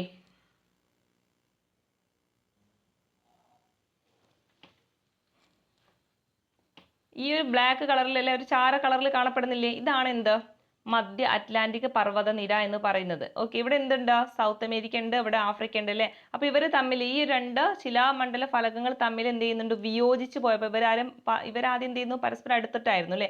ഇവരങ്ങ് വിയോജിച്ച സമയത്ത് ഇവിടെ രൂപം കൊണ്ടിട്ടുള്ള ഒരു പുതിയൊരു രൂപമാണ് എന്താ? മധ്യ അറ്റ്ലാന്റിക് പർവ്വതനിര അല്ലെ. ഈ കാണുന്ന ഒരു ഭാഗം ഉണ്ടല്ലോ, ഇത് അങ്ങനെ രൂപം കൊണ്ടിട്ടുള്ളതാണ് അല്ലെ. അതായത് വിയോജക സീമയിലൂടെ രൂപം കൊണ്ടിട്ടുള്ളതാണ്. ക്ലിയർ അല്ലേ? ഈ ഭാഗം ഏതാണ്? ആഫ്രിക്കയാണ് അല്ലെ. ഇതെന്താണ്? സൗത്ത് അമേരിക്കയാണ്. അതായത് ഈ രണ്ട് ഫലകങ്ങൾ എന്ത് ചെയ്യുന്നുണ്ട്? ഇവിടെയുള്ള രണ്ട് ഫലകങ്ങൾ തമ്മിൽ പരസ്പരം അകന്നു പോയപ്പോൾ ഇവിടെ രൂപം കൊണ്ടിട്ടുള്ളത് ഏതാണ്? മധ്യ അറ്റ്ലാന്റിക് റിഡ്ജ് അഥവാ മധ്യ അറ്റ്ലാന്റിക് പർവ്വതനിര എന്ന് പറയുന്നത് ഏതാണ്? ഈ ഒരു ഭാഗമാണ്. ഓക്കെ. അപ്പൊ ഇത് എവിടെയാണ്? എന്തുമായി ബന്ധപ്പെട്ടതാണ്? വിയോജക സീമയുമായി ബന്ധപ്പെട്ടതാണ് കേട്ടോ. അപ്പൊ അതും കൂടി എന്ത് ചെയ്യുക? ഓർത്ത് വെച്ചേക്കുക. അടുത്തത് ഒന്നാണ് ഛേദക സീമ അല്ലെ. ഛേദക സീമ ഛേദക സീമ എന്ന് പറഞ്ഞാൽ എന്താണ്? പരസ്പരം എന്ത് ചെയ്യാണ് അല്ലെ? പരസ്പരം തെന്നിമാറുക അല്ലെ? അതായത് ചലനത്തിന്റെ ഫലമായിട്ട് അല്ലെ, ശിലാമണ്ഡല ഫലകങ്ങളുടെ ചലനത്തിന്റെ ഫലമായിട്ട് ഇവ എന്ത് ചെയ്യുന്നു? പരസ്പരം തെന്നിമാറുന്ന സീമകളാണ് ഇത് ഛേദക സീമകൾ എന്ന് പറയുന്നത്. അപ്പൊ ഇവിടെ കൊടുത്തിരിക്കുന്ന കാര്യങ്ങൾ നോക്കാം. ഫലകങ്ങൾ പരസ്പരം ഉരസി നീങ്ങുന്ന ഇത്തരം ഫലകങ്ങളാണ് ഭ്രംശ മേഖലകൾ സൃഷ്ടിക്കുന്നത് കേട്ടോ. അപ്പൊ ഇവിടെ ചോദിക്കാറുണ്ട്, ഭ്രംശ മേഖലകൾ സൃഷ്ടിക്കുന്നത് ഏതാണ്? ഛേദക സീമകളാണ്. ഇത്തരം ഫലക സീമകളിൽ പൊതുവെ ഭൂരൂപങ്ങൾ സൃഷ്ടിക്കപ്പെടാറില്ല. വടക്കേ അമേരിക്കയിലെ സാൻ ആൻഡ്രിയാസ് ഭ്രംശമേഖല ഇതിനുദാഹരണമാണ്. വളരെ ഇമ്പോർട്ടന്റ് ആണ് സാൻ ആൻഡ്രിയാസ് ഭ്രംശമേഖല അല്ലെ. അപ്പൊ അത് എന്തുമായി ബന്ധപ്പെട്ടതാണ്? ഛേദക സീമയിലൂടെ ഉണ്ടാകുന്നതാണ് കേട്ടോ. അപ്പൊ സാൻ ആൻഡ്രിയാസ് ഭ്രംശമേഖല എവിടെയാണ്? വടക്കേ അമേരിക്കയിലാണ് അല്ലെ. അപ്പൊ സാൻ ആൻഡ്രിയാസ് ഭ്രംശമേഖല എവിടെയാണ്? വടക്കേ അമേരിക്കയിലാണ്. എന്തിനു ഉദാഹരണമാണ്? ഛേദക സീമയ്ക്ക് ഉദാഹരണമാണ് അല്ലെ. അതായത് രണ്ട് ഫലകങ്ങൾ തമ്മിൽ എന്ത് ചെയ്യാണ്? ഉരസി മാറുമ്പോൾ രൂപം കൊള്ളുന്നില്ല. അവിടെ പുതിയ ഭൂരൂപം ഒന്നും സൃഷ്ടിക്കുന്നില്ല അല്ലെ. ഇവിടെ എന്താണ്? ഒരു ഭ്രംശമേഖല അല്ലെ, ഭ്രംശമേഖല മാത്രമാണ് ഉണ്ടാവുന്നത്. അതാണ് ഏത്? നമ്മുടെ ഇപ്പൊ പറഞ്ഞ സാൻ ആൻഡ്രിയാസ് ഭ്രംശമേഖല അല്ലെ. എന്തിനു ഉദാഹരണമാണ്?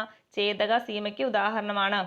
ക്ലിയർ അല്ലേ? ഇനി ഇവിടുത്തെ ഒരു പ്രത്യേകത എന്ന് ചോദിക്കാറുണ്ട്, ഈ മറ്റുള്ള സ്ഥലങ്ങളെ അപേക്ഷിച്ചിട്ടില്ലേ ഇതെന്താണ്? ഫലക അതിരുകളാണ് അല്ലെ. സംഭവം ഇതെന്താണ്? ഒരു അതിരാണല്ലേ. രണ്ട് ഫലകങ്ങൾ തമ്മിൽ ചേർന്ന് ഈ ഒരു ഭാഗം ചേരുക എന്ന് പറഞ്ഞാൽ ഇവിടെ ഉരസി പോയതാണ്. അപ്പൊ ഈ ഒരു ഭാഗം എന്താണ്? ഒരു അതിരാണ് അല്ലെ. ഇവിടെ എന്താണ്? ഈ ഒരു അതിര് ദുർബലമായിരിക്കും. ഓക്കെ, ഇവിടെയാണ് പൊതുവെ എന്തുണ്ടാവാറുള്ളത്? ഭൂകമ്പങ്ങള്, അഗ്നിപർവ്വതങ്ങള്, ഭൂഭ്രംശം തുടങ്ങിയവയൊക്കെ ഉണ്ടാവാറുള്ളത് ഈ ഒരു മേഖലയിലാണ് കേട്ടോ. അപ്പൊ അതും ചോദിച്ചിട്ടുണ്ടായിരുന്നു. ഭൂകമ്പങ്ങൾ സ്ഥിരമായിട്ട് കാണപ്പെടുന്ന ഭാഗം ഏതാണെന്ന് ചോദിക്കാറുണ്ടായിരുന്നു. ഏതാണ്? ഈ ഛേദക സീമയിലാണ്. അതായത് രണ്ട് ശിലാമണ്ഡല ഫലകങ്ങൾ ഉരസി പോകുന്ന ആ ഒരു ഭാഗത്താണ് പൊതുവെ എന്തുണ്ടാവാറുള്ളത്? ഇങ്ങനെയുള്ള ഭൂകമ്പങ്ങളൊക്കെ ഉണ്ടാവാറുള്ളത്. അതുപോലെ തന്നെ അഗ്നിപർവ്വതങ്ങൾ അല്ലെ, വോൾക്കാനോസ് ഒക്കെ കാണുന്നതൊക്കെ ഈ ഒരു ഭാഗത്താണ് അല്ലെ. അതുപോലെ തന്നെ ഭൂഭ്രംശം, ഇതൊക്കെ എവിടെയാണ്? ഈ ഒരു ഛേദക സീമയുടെ ഫലമായിട്ട് രൂപം കൊള്ളുന്നതാണ്. ക്ലിയർ അല്ലേ? അപ്പൊ സംയോജക സീമ, വിയോജക സീമ, ഛേദക സീമ അതൊക്കെ ക്ലിയർ ആയില്ലേ? സംയോജക സീമ എന്ന് പറഞ്ഞാൽ എന്താണ്? ഫലകങ്ങൾ തമ്മിൽ കൂട്ടി യോജിപ്പിക്കല്, കൂട്ടി മുട്ടുമ്പോൾ ഉണ്ടാകുന്നതാണ്. അതുപോലെ വിയോജകം എങ്ങനെയാണ്? പരസ്പരം വിട്ടുമാറുമ്പോൾ അല്ലെ. നമ്മുടെ മധ്യ അറ്റ്ലാന്റിക് പർവ്വത നിരക്ക് എന്തിന് ഉദാഹരണമാണ്? വിയോജക സീമയ്ക്ക് ഉദാഹരണമാണ്. പിന്നെ ഛേദക സീമ അല്ലെ, ഛേദക സീമ സാൻ ആൻഡ്രിയാസ് ഭ്രംശമേഖല ഒക്കെ എന്തിനാണ്? ഛേദക സീമയ്ക്ക് ഉദാഹരണമാണ് അല്ലെ. അതായത് പരസ്പരം തെന്നിമാറല്ലേ, അതായത് ഉരസിപ്പോവുക, അതിനെയാണ് എന്താ? ഛേദക സീമ എന്ന് പറയുന്നത്. ഈ ഭാഗത്താണ് ഭൂകമ്പങ്ങളും അഗ്നിപർവ്വതങ്ങളും ഒക്കെ സ്ഥിരമായിട്ട് ഉണ്ടാവുന്നത് അല്ലെ. ഈ ഒരു ഭാഗം എന്താണ്? അവരുടെ ഫലകാദ്രികൾ ദുർബലമാണ്, അതുകൊണ്ടാണ് ഇങ്ങനെ ഉണ്ടാവുന്നത് കേട്ടോ. അതും കൂടി ഒന്ന് ഓർത്ത് വെച്ചേക്കാം. ഇനി അടുത്തത് ഇതാണ് അല്ലെ വോൾക്കാനോ എന്ന് പറയുന്നത്. അഗ്നിപർവ്വതങ്ങളില്ലേ, നിങ്ങൾ കാണാത്തവർക്ക് വേണ്ടിയിട്ടൊന്ന് കാണിച്ചു തന്നിട്ടുള്ളതാണ്. ഇതാണ് അല്ലെ, നമ്മുടെ ഭൂമിയുടെ ഉള്ളിൽ നിന്ന്, അടിത്തട്ടിൽ നിന്ന് മാഗ്മ എന്ത് ചെയ്യുന്നുണ്ട്? മുകളിലോട്ട് ഉയർന്നു വന്നിട്ട് ഇത് പുറത്തേക്ക് ഇങ്ങനെ വരുന്നത് നമ്മൾ ചെറിയ ക്ലാസ്സിൽ പഠിച്ചിട്ടുള്ള കാര്യങ്ങളൊക്കെയാണ്. അപ്പോൾ നിങ്ങൾ എന്ത് ചെയ്യാവുന്ന ജസ്റ്റ് ഒന്ന് മനസ്സിലാക്കി വെക്കട്ടോ. ഇതാണ് അഗ്നിപർവ്വതങ്ങൾ ഇങ്ങനെ പൊട്ടി വരുന്നത്. ഓക്കെ, ഇത് നമ്മൾ പറഞ്ഞില്ലേ മധ്യ അറ്റ്ലാന്റിക് റിഡ്ജ്, അതായത് ഏത് സീമ മൂലം ഉണ്ടാകുന്നതാണ്? വിയോജക സീമ മൂലം ഉണ്ടാകുന്നതാണ് കേട്ടോ. അപ്പൊ അത് ചോദിക്കാറുണ്ട്. മധ്യ അറ്റ്ലാന്റിക് പർവ്വതനിര ഏത് സീമ മൂലം ഉണ്ടാകുന്നതാണ്? ഏതാണ്? വിയോജക സീമ മൂലം ഉണ്ടാകുന്നതാണ് കേട്ടോ. അപ്പൊ അതും കൂടി ഒന്ന് ഓർത്ത് വെച്ചേക്കുക. പിന്നെ ഇത് ഗീസർ ആണ് കേട്ടോ. നമ്മൾ ഒരു പ്രാവശ്യം പറഞ്ഞിട്ടുണ്ടായിരുന്നു ഗീസറിനെ പറ്റിയിട്ടില്ലേ. അതായത് ഭൂമിക്കുള്ളിൽ നിന്ന് വരുന്ന ചൂടുവെള്ളവും നീരാവിയും അല്ലെ, ഇതിനെയാണ് എന്ത് പറയുന്നത്? ഗീസർ എന്ന് പറയുന്നത്. ഓക്കെ, അതായത് ഭൂമിക്കുള്ളിൽ നിന്ന് വളരെ ശക്തമായിട്ട് പുറത്തേക്ക് തള്ളുക, അതായത് വളരെ ശക്തമായിട്ട് പുറത്തേക്ക് വരുന്ന ചൂടുവെള്ളം, അതിൻ്റെ കൂടെ എന്തുണ്ടാവും? നീരാവി ഉണ്ടാവും. അതിനെയാണ് ഗീസറുകൾ എന്ന് പറയുന്നത് കേട്ടോ. ഇതാണ് ഗീസർ. നമ്മളൊരു ക്ലാസ്സിൽ പറഞ്ഞിട്ടുണ്ടായിരുന്നു. അപ്പൊ അതിൻ്റെ ഒരു പിക്ചർ ഇപ്പം തന്നതാണ്, ഒന്ന് ഓർത്ത് വെച്ചേക്കാട്ടോ. ഗീസറുകൾ എന്ന് പറയുന്നത്. ഇനി ഇവിടെ നമുക്ക് ഭൂകമ്പവുമായി ബന്ധപ്പെട്ടിട്ട് കുറച്ചൊരു പോയിന്റും കൂടി ഉണ്ട്. നമ്മുടെ പരീക്ഷയ്ക്ക് ചോദിച്ചിട്ടുള്ളതാണ്. അതായത് ഭൂമിയുടെ ആഴങ്ങളിൽ പ്രകമ്പനങ്ങൾ ഉണ്ടാകുന്ന കേന്ദ്ര ഭാഗമാണ് എന്താ? പ്രഭവ കേന്ദ്രം എന്ന് പറയുന്നത് അല്ലെ. അതായത് നമ്മുടെ ഈ ഒരു ഭൂകമ്പമൊക്കെ ഉണ്ടാവുന്നത് അല്ലെ എന്തിൽ നിന്നാണ്? ഫോക്കസിൽ നിന്നാണ് അല്ലെ. അതായത് ഭൂമിയുടെ പ്രഭവ കേന്ദ്രത്തിൽ നിന്നാണ്. അപ്പൊ അതൊരു പ്രാവശ്യം ചോദിച്ചിട്ടുള്ള ക്വസ്റ്റ്യൻ ആണ്. ഭൂകമ്പങ്ങൾ ഉണ്ടാകുന്ന ആ പ്രഭവ കേന്ദ്രത്തെ എന്താ പറയാറ് അല്ലെ? പ്രഭവ കേന്ദ്രം അഥവാ ഫോക്കസ് എന്നാണ് പറയാറ്. അതിന് മുകളിലുള്ള ഒരു ഭാഗത്തെയാണ് എന്ത് പറയുന്നത്? എപ്പി സെന്റർ എന്ന് പറയുന്നത്. ഓക്കെ, ഭൂകമ്പവുമായി ബന്ധപ്പെട്ടിട്ട് ചോദിച്ചിട്ടുള്ള ക്വസ്റ്റ്യൻ ആണ് ഇത്. ഭൂകമ്പം ആരംഭിക്കുന്ന ആ ഒരു മേഖല അല്ലെങ്കിൽ ആ ഒരു ഭാഗം ഏതാണ്? പ്രഭവ കേന്ദ്രമാണ് അല്ലെ. അതിനെയാണ് എന്ത് പറയുന്നത്? ഫോക്കസ് എന്ന് പറയുന്നത്. പലപ്പോഴും ഫോക്കസ് എന്നായിരിക്കും ചോദിക്കുക. ഫോക്കസ് എന്ന് ചോദിച്ചാലും പ്രഭവ കേന്ദ്രം എന്ന് ചോദിച്ചാലും ഒന്ന് തന്നെയാണ്. അതിന് മുകളിലുള്ള ഭാഗമാണ് ഇത് എപ്പി സെന്റർ എന്ന് പറയുന്നത്. ഇനി നമ്മൾക്ക് അറിയാലേ ഭൂകമ്പങ്ങൾ ഉണ്ടാകുന്ന സമയത്ത് അല്ലെ പ്രധാനമായിട്ടും മൂന്ന് തരംഗങ്ങളായിട്ടാണ് ഇവ രൂപം കൊള്ളുന്നത് അല്ലേ. അതായത് ഒന്ന് പ്രാഥമിക തരംഗങ്ങളുണ്ട്, പിന്നെ ദ്വിതീയ തരംഗങ്ങളുണ്ട്, പ്രതല തരംഗങ്ങളുണ്ട്. ഇതിൽ ഏറ്റവും അപകടകാരി എന്ന് പറയുന്നത് ഏതാണ്? പ്രതല തരംഗങ്ങളാണ് കേട്ടോ. അതും ചോദിച്ചിട്ടുണ്ട്. ഈ ഭൂകമ്പ തരംഗങ്ങളിൽ ഏറ്റവും കൂടുതൽ നാശനഷ്ടങ്ങളൊക്കെ ഉണ്ടാക്കുന്നത് ഏതാണ്? ഈ ഒരു പ്രതല തരംഗങ്ങൾ വരുന്നതോട് കൂടിയിട്ടാണ്. ഓക്കെ, ഇനി ഇതുമായി ബന്ധപ്പെട്ടില്ലേ നമ്മുടെ ഭൂകമ്പ തരംഗങ്ങളുമായി ബന്ധപ്പെട്ടിട്ട് ഇത് രേഖപ്പെടുത്തുന്ന ഉപകരണം ഏതാണെന്ന് ചോദിക്കാറുണ്ട്. അതേതാണ്? സിസ്മോഗ്രാഫ് ആണ്. ഓക്കെ, സിസ്മോഗ്രാഫ് ആണ് ഭൂകമ്പങ്ങൾ ഉണ്ടാകുമ്പോൾ രേഖപ്പെടുത്തുന്ന ഉപകരണം എന്ന് പറയുന്നത്. അതുപോലെ തന്നെ ഭൂകമ്പ സമയത്ത് പുറപ്പെടുവിക്കുന്ന ഊർജത്തിന്റെ തീവ്രത അളക്കാൻ വേണ്ടിയിട്ട് അതും ചോദിക്കാറുണ്ട്. തീവ്രത അളക്കാൻ വേണ്ടിയിട്ട് ഉപയോഗിക്കുന്നത് ഏതാണ്? റിക്ടർ സ്കെയിലാണ്. ഓക്കെ, റിക്ടർ സ്കെയിലാണ് എന്താ അതിന്റെ തീവ്രത അളക്കാനായിട്ട് ഉപയോഗിക്കുന്നത്. ഇനി ഇതുമായി ബന്ധപ്പെട്ട സുനാമിയിലെ സുനാമി എന്താന്ന് നമുക്കറിയാം അല്ലേ. എങ്ങനെയാണ് സുനാമി രൂപം കൊള്ളുന്നത്? ഒന്നെങ്കിൽ കടലിനടിയിൽ ഉണ്ടാകുന്ന വൻ ഭൂകമ്പം ആയിരിക്കും അല്ലേ. അതായത് കടലിനടിയിലുള്ള വൻ ഭൂകമ്പം അല്ലെങ്കിൽ അഗ്നിപർവ്വത സ്ഫോടനം ഉണ്ടാവാറുണ്ട് അല്ലേ. അഗ്നിപർവ്വത സ്ഫോടനം ഉണ്ടാവാറുണ്ട്. അതുപോലെ തന്നെ ഉൽക്കകളുടെ പതനം മൂലമൊക്കെ എന്തുണ്ടാവുന്നു? അവിടെ ഭയങ്കര ആഘാതമായിട്ടുള്ള ഗർത്തങ്ങൾ സൃഷ്ടിക്കും അല്ലേ, തരംഗങ്ങൾ സൃഷ്ടിക്കും. അങ്ങനെയാണ് സുനാമികൾ അല്ലേ, വലിയ തിരമാലകൾ അവിടെ രൂപം കൊള്ളുന്നത്. ഓക്കെ, അപ്പൊ അതിനെയാണ് എന്ത് പറയാറ്? സുനാമികൾ എന്ന് പറയാറ്. അപ്പൊ സുനാമികൾ എങ്ങനെയൊക്കെ രൂപം കൊള്ളുന്നത്? കടലിനടിയിൽ ഉണ്ടാകുന്ന വൻ ഭൂകമ്പങ്ങൾ ഉണ്ടാവും, അതുപോലെ തന്നെ അഗ്നിപർവ്വത സ്ഫോടനങ്ങൾ സംഭവിക്കുമ്പോൾ ഉണ്ടാവും, അതുപോലെ തന്നെ ഉൽക്കകളൊക്കെ പതിക്കുന്ന സമയത്ത് ഉണ്ടാകുന്ന വലിയ തരംഗങ്ങളിലൂടെയൊക്കെ എന്തുണ്ടാവും? വലിയ വലിയ തിരമാലകൾ ഉണ്ടാവും. അതാണ് സുനാമി ആയിട്ട് രൂപം കൊള്ളുന്നത് അല്ലേ. നമുക്കറിയാം ഏറ്റവും വലിയൊരു സുനാമി അല്ലെ നമ്മുടെ കേരളത്തിലൊക്കെ ഉണ്ടായിട്ടുണ്ടായിരുന്നു. അതേതാണ്? 2004 ഡിസംബർ 26. അതൊരു പ്രാവശ്യം ചോദിച്ചിട്ടുള്ളതാണ്. 2004 ഡിസംബർ 26 ഈ ഡേറ്റ് മാസം ഒക്കെ ചോദിച്ചിട്ടുണ്ടായിരുന്നു. ഈ സുനാമി ഉണ്ടായത് വളരെ ഇമ്പോർട്ടൻ്റ് ആണ് അല്ലേ. കേരള തീരത്തും നമ്മുടെ ശ്രീലങ്ക തീരത്തൊക്കെ ഉണ്ടായിട്ടുള്ള അല്ലെ ഒരുപാട് നാശം വിതച്ചിട്ടുള്ള സുനാമിയാണ്. അപ്പോൾ അതുകൊണ്ട് ഇനിയും ചോദിക്കാൻ സാധ്യത കൂടുതലാണ്. അപ്പോൾ വർഷം ഒന്ന് ഓർത്ത് വെച്ചേക്കുക, 2004 ആണ് കേട്ടോ. 2004 ഡിസംബർ 26 അല്ലേ, നമ്മുടെ ക്രിസ്മസ് കഴിഞ്ഞ് പിറ്റേ ദിവസമാണ് ഈ ഒരു സുനാമി ഉണ്ടായിട്ടുള്ളത് കേട്ടോ. അപ്പോൾ 2004 ആണെന്ന് കൂടി ഓർത്ത് വെച്ചേക്കുക. 2004 ആണ് കേട്ടോ. അപ്പോൾ 4ഉം 2ഉം കൂട്ടിയാൽ 6 അല്ലേ. അപ്പോൾ 6ആണ് ഇവിടെ കിട്ടുന്നത് കേട്ടോ. അപ്പോൾ അങ്ങനെയൊക്കെ ഒന്ന് ജസ്റ്റ് കണക്ട് ചെയ്ത് വെക്കുക ചെറിയ ചെറിയ കാര്യങ്ങളൊക്കെ വെച്ചിട്ട്. അപ്പോൾ 2004 ഡിസംബർ 26 കേട്ടോ. 2004 ഡിസംബർ 26-നാണ് ഈ സുനാമി ഉണ്ടായിട്ടുള്ളത്. ക്ലിയർ അല്ലേ? പിന്നെ ഇതുമായി ബന്ധപ്പെട്ടിട്ടില്ലേ നമ്മുടെ സുനാമി ഇങ്ങനെയുള്ള ഭൂകമ്പങ്ങളൊക്കെ ഉണ്ടാകുന്നത് അല്ലെങ്കിൽ സുനാമിയൊക്കെ ഉണ്ടാകുന്നത് മുന്നറിയിപ്പ് തരാൻ വേണ്ടിയിട്ട് national oceanic and atmospheric administration അല്ലേ അവർ കൊണ്ടുവന്നിട്ടുള്ള ഒരു സംവിധാനമാണ് ഇത് ഡാർട്ട് എന്ന് പറയുന്നത്. ഓക്കെ, ഡാർട്ടിലെ ആര് കൊണ്ടുവന്നതാണ്?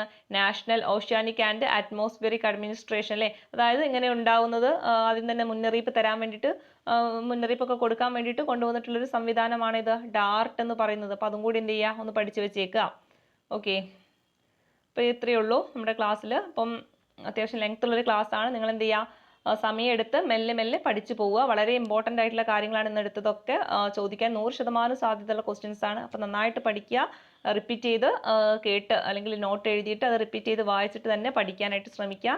ഓക്കെ, അപ്പോൾ നല്ലൊരു ക്ലാസ് ആയിട്ട് കാണുന്നത് വരെ ഓക്കെ, താങ്ക് യു.